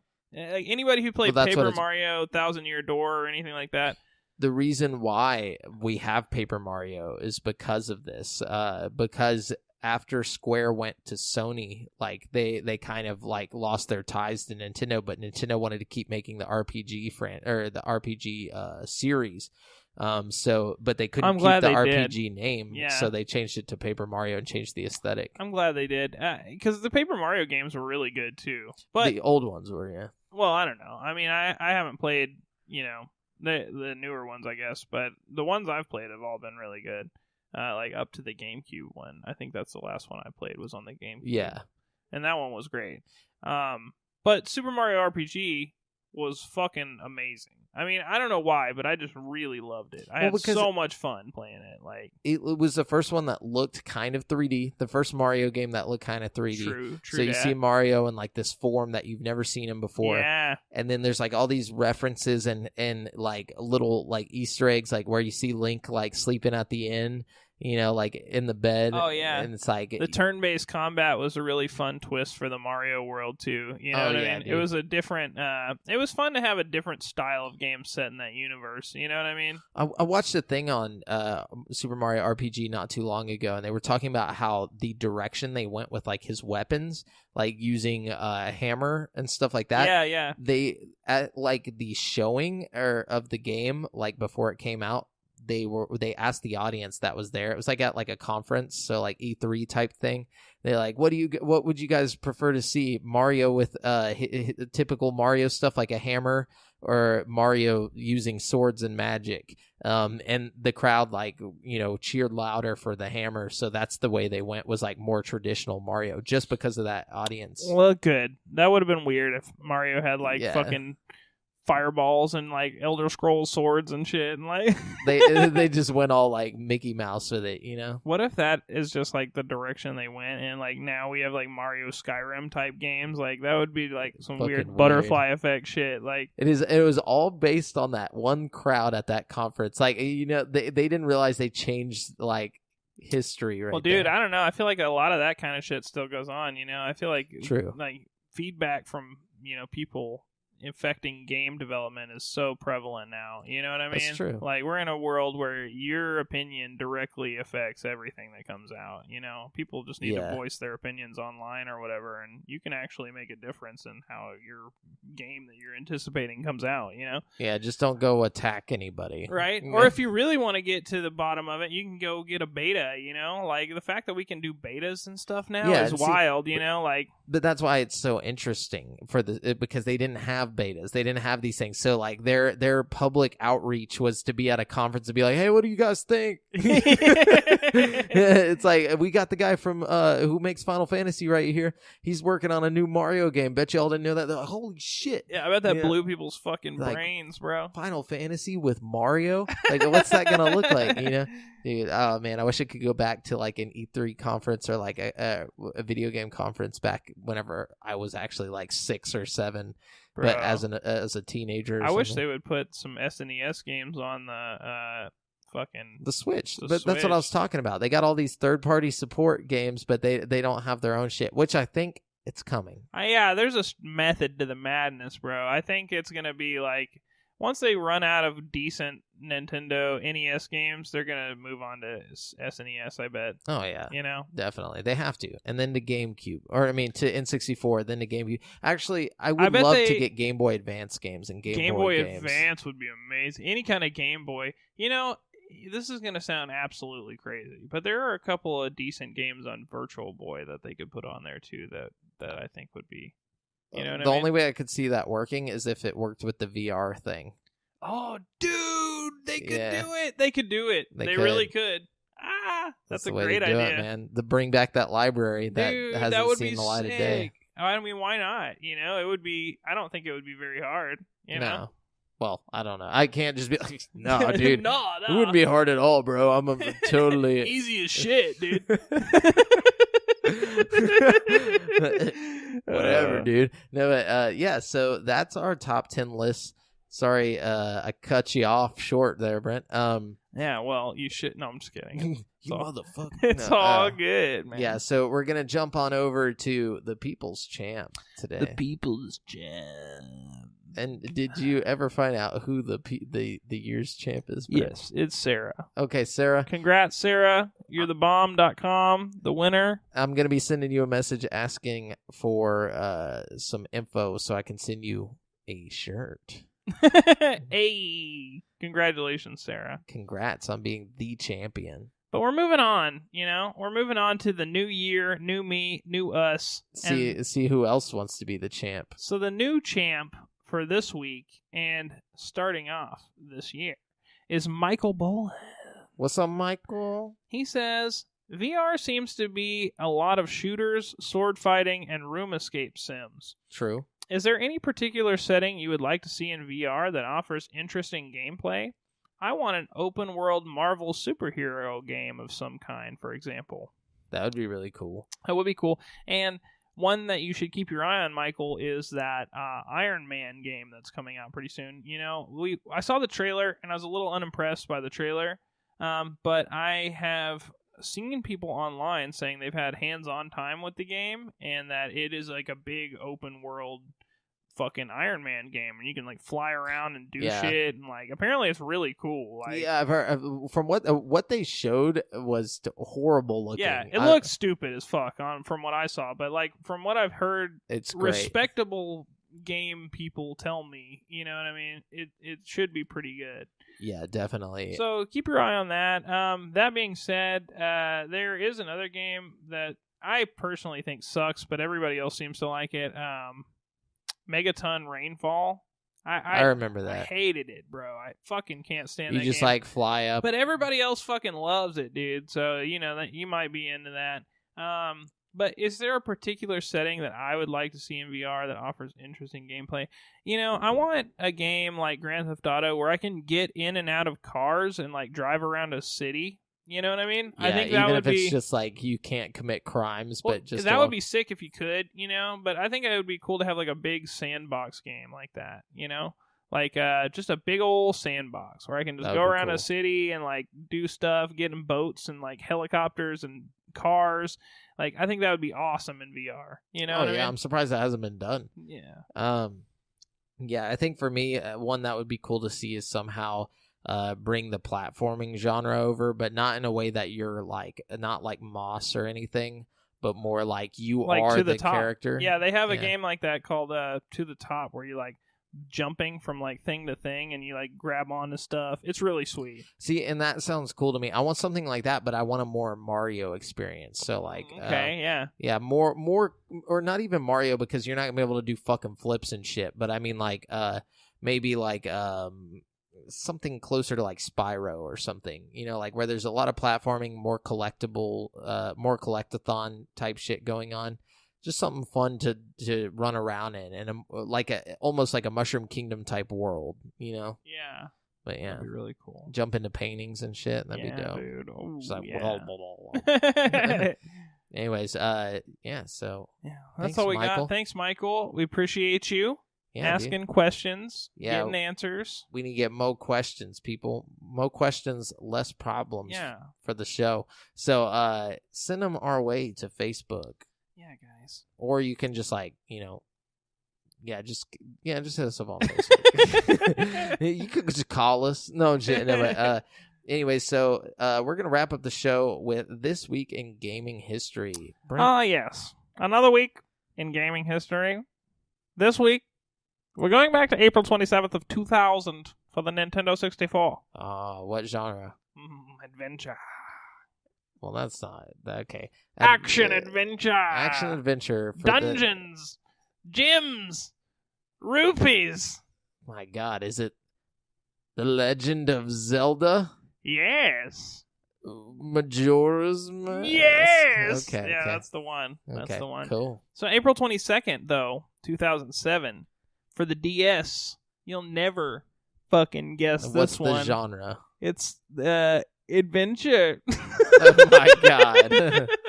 My God. I don't know. Give me something better to work with. It's kind of like a JRPG.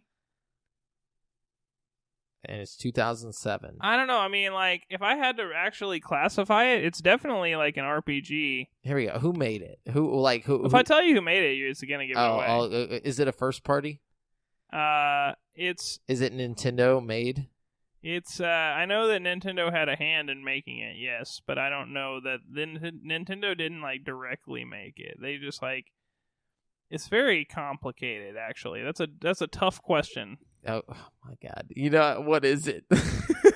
It is Pokemon Diamond and Pearl. Fuck. I wasn't even thinking about that. Yeah. God damn. You're like, Because it's kind of complicated, but it could be. But it's not. I mean, though. like technically, Game Freak made it. You know what I mean? That's true. But I was Nintendo thinking, paid for it. You know what I mean? I was thinking so far out because you were like, you'll never think of it. So I was trying to think of games that nobody knows. No, I mean, So, I was gonna, it would be hard to guess because it's Diamond and Pearl. It's like a weird Pokemon game in the series. Yeah. Gotcha. Anyways, Yeah. So that's what's going on in this week in the game in the history. History. History is dope, guys. Yeah. As you've seen with our recent series in retro gaming. So Yeah. stay tuned. Next time we're going to be jumping into PlayStation, like the original PlayStation. What is it? Yeah, I guess we already did Game Boy N64. So what came NES first? and Super Nintendo. It'd be. Yeah. We'll go over to PlayStation. PlayStation would be next, I guess, and then Game Boy Advance. Yeah, and then GameCube and so forth. And we're moving into the big boys. Yeah. All right. That's crazy. Anyways, remember you've been listening to GameSpeak Podcast, courtesy of CreateForSanity.com. The show posts for free every Wednesday on all podcast directories. Be sure to submit any questions you want read on the show to the GameSpeak Podcast Facebook group, which is facebook.com/group/GameSpeak Podcast. Check out our video content on YouTube, and if you're there, hit subscribe, leave us a like. And all you got to do is just search Create for Sanity. It's all one word. Yeah. And then if you want to stay up to date with your boys, you can find me on Twitter at the handle AlJafferJamel and Brent at Brent has one. And that's the number one. And check out the GameSpeak Podcast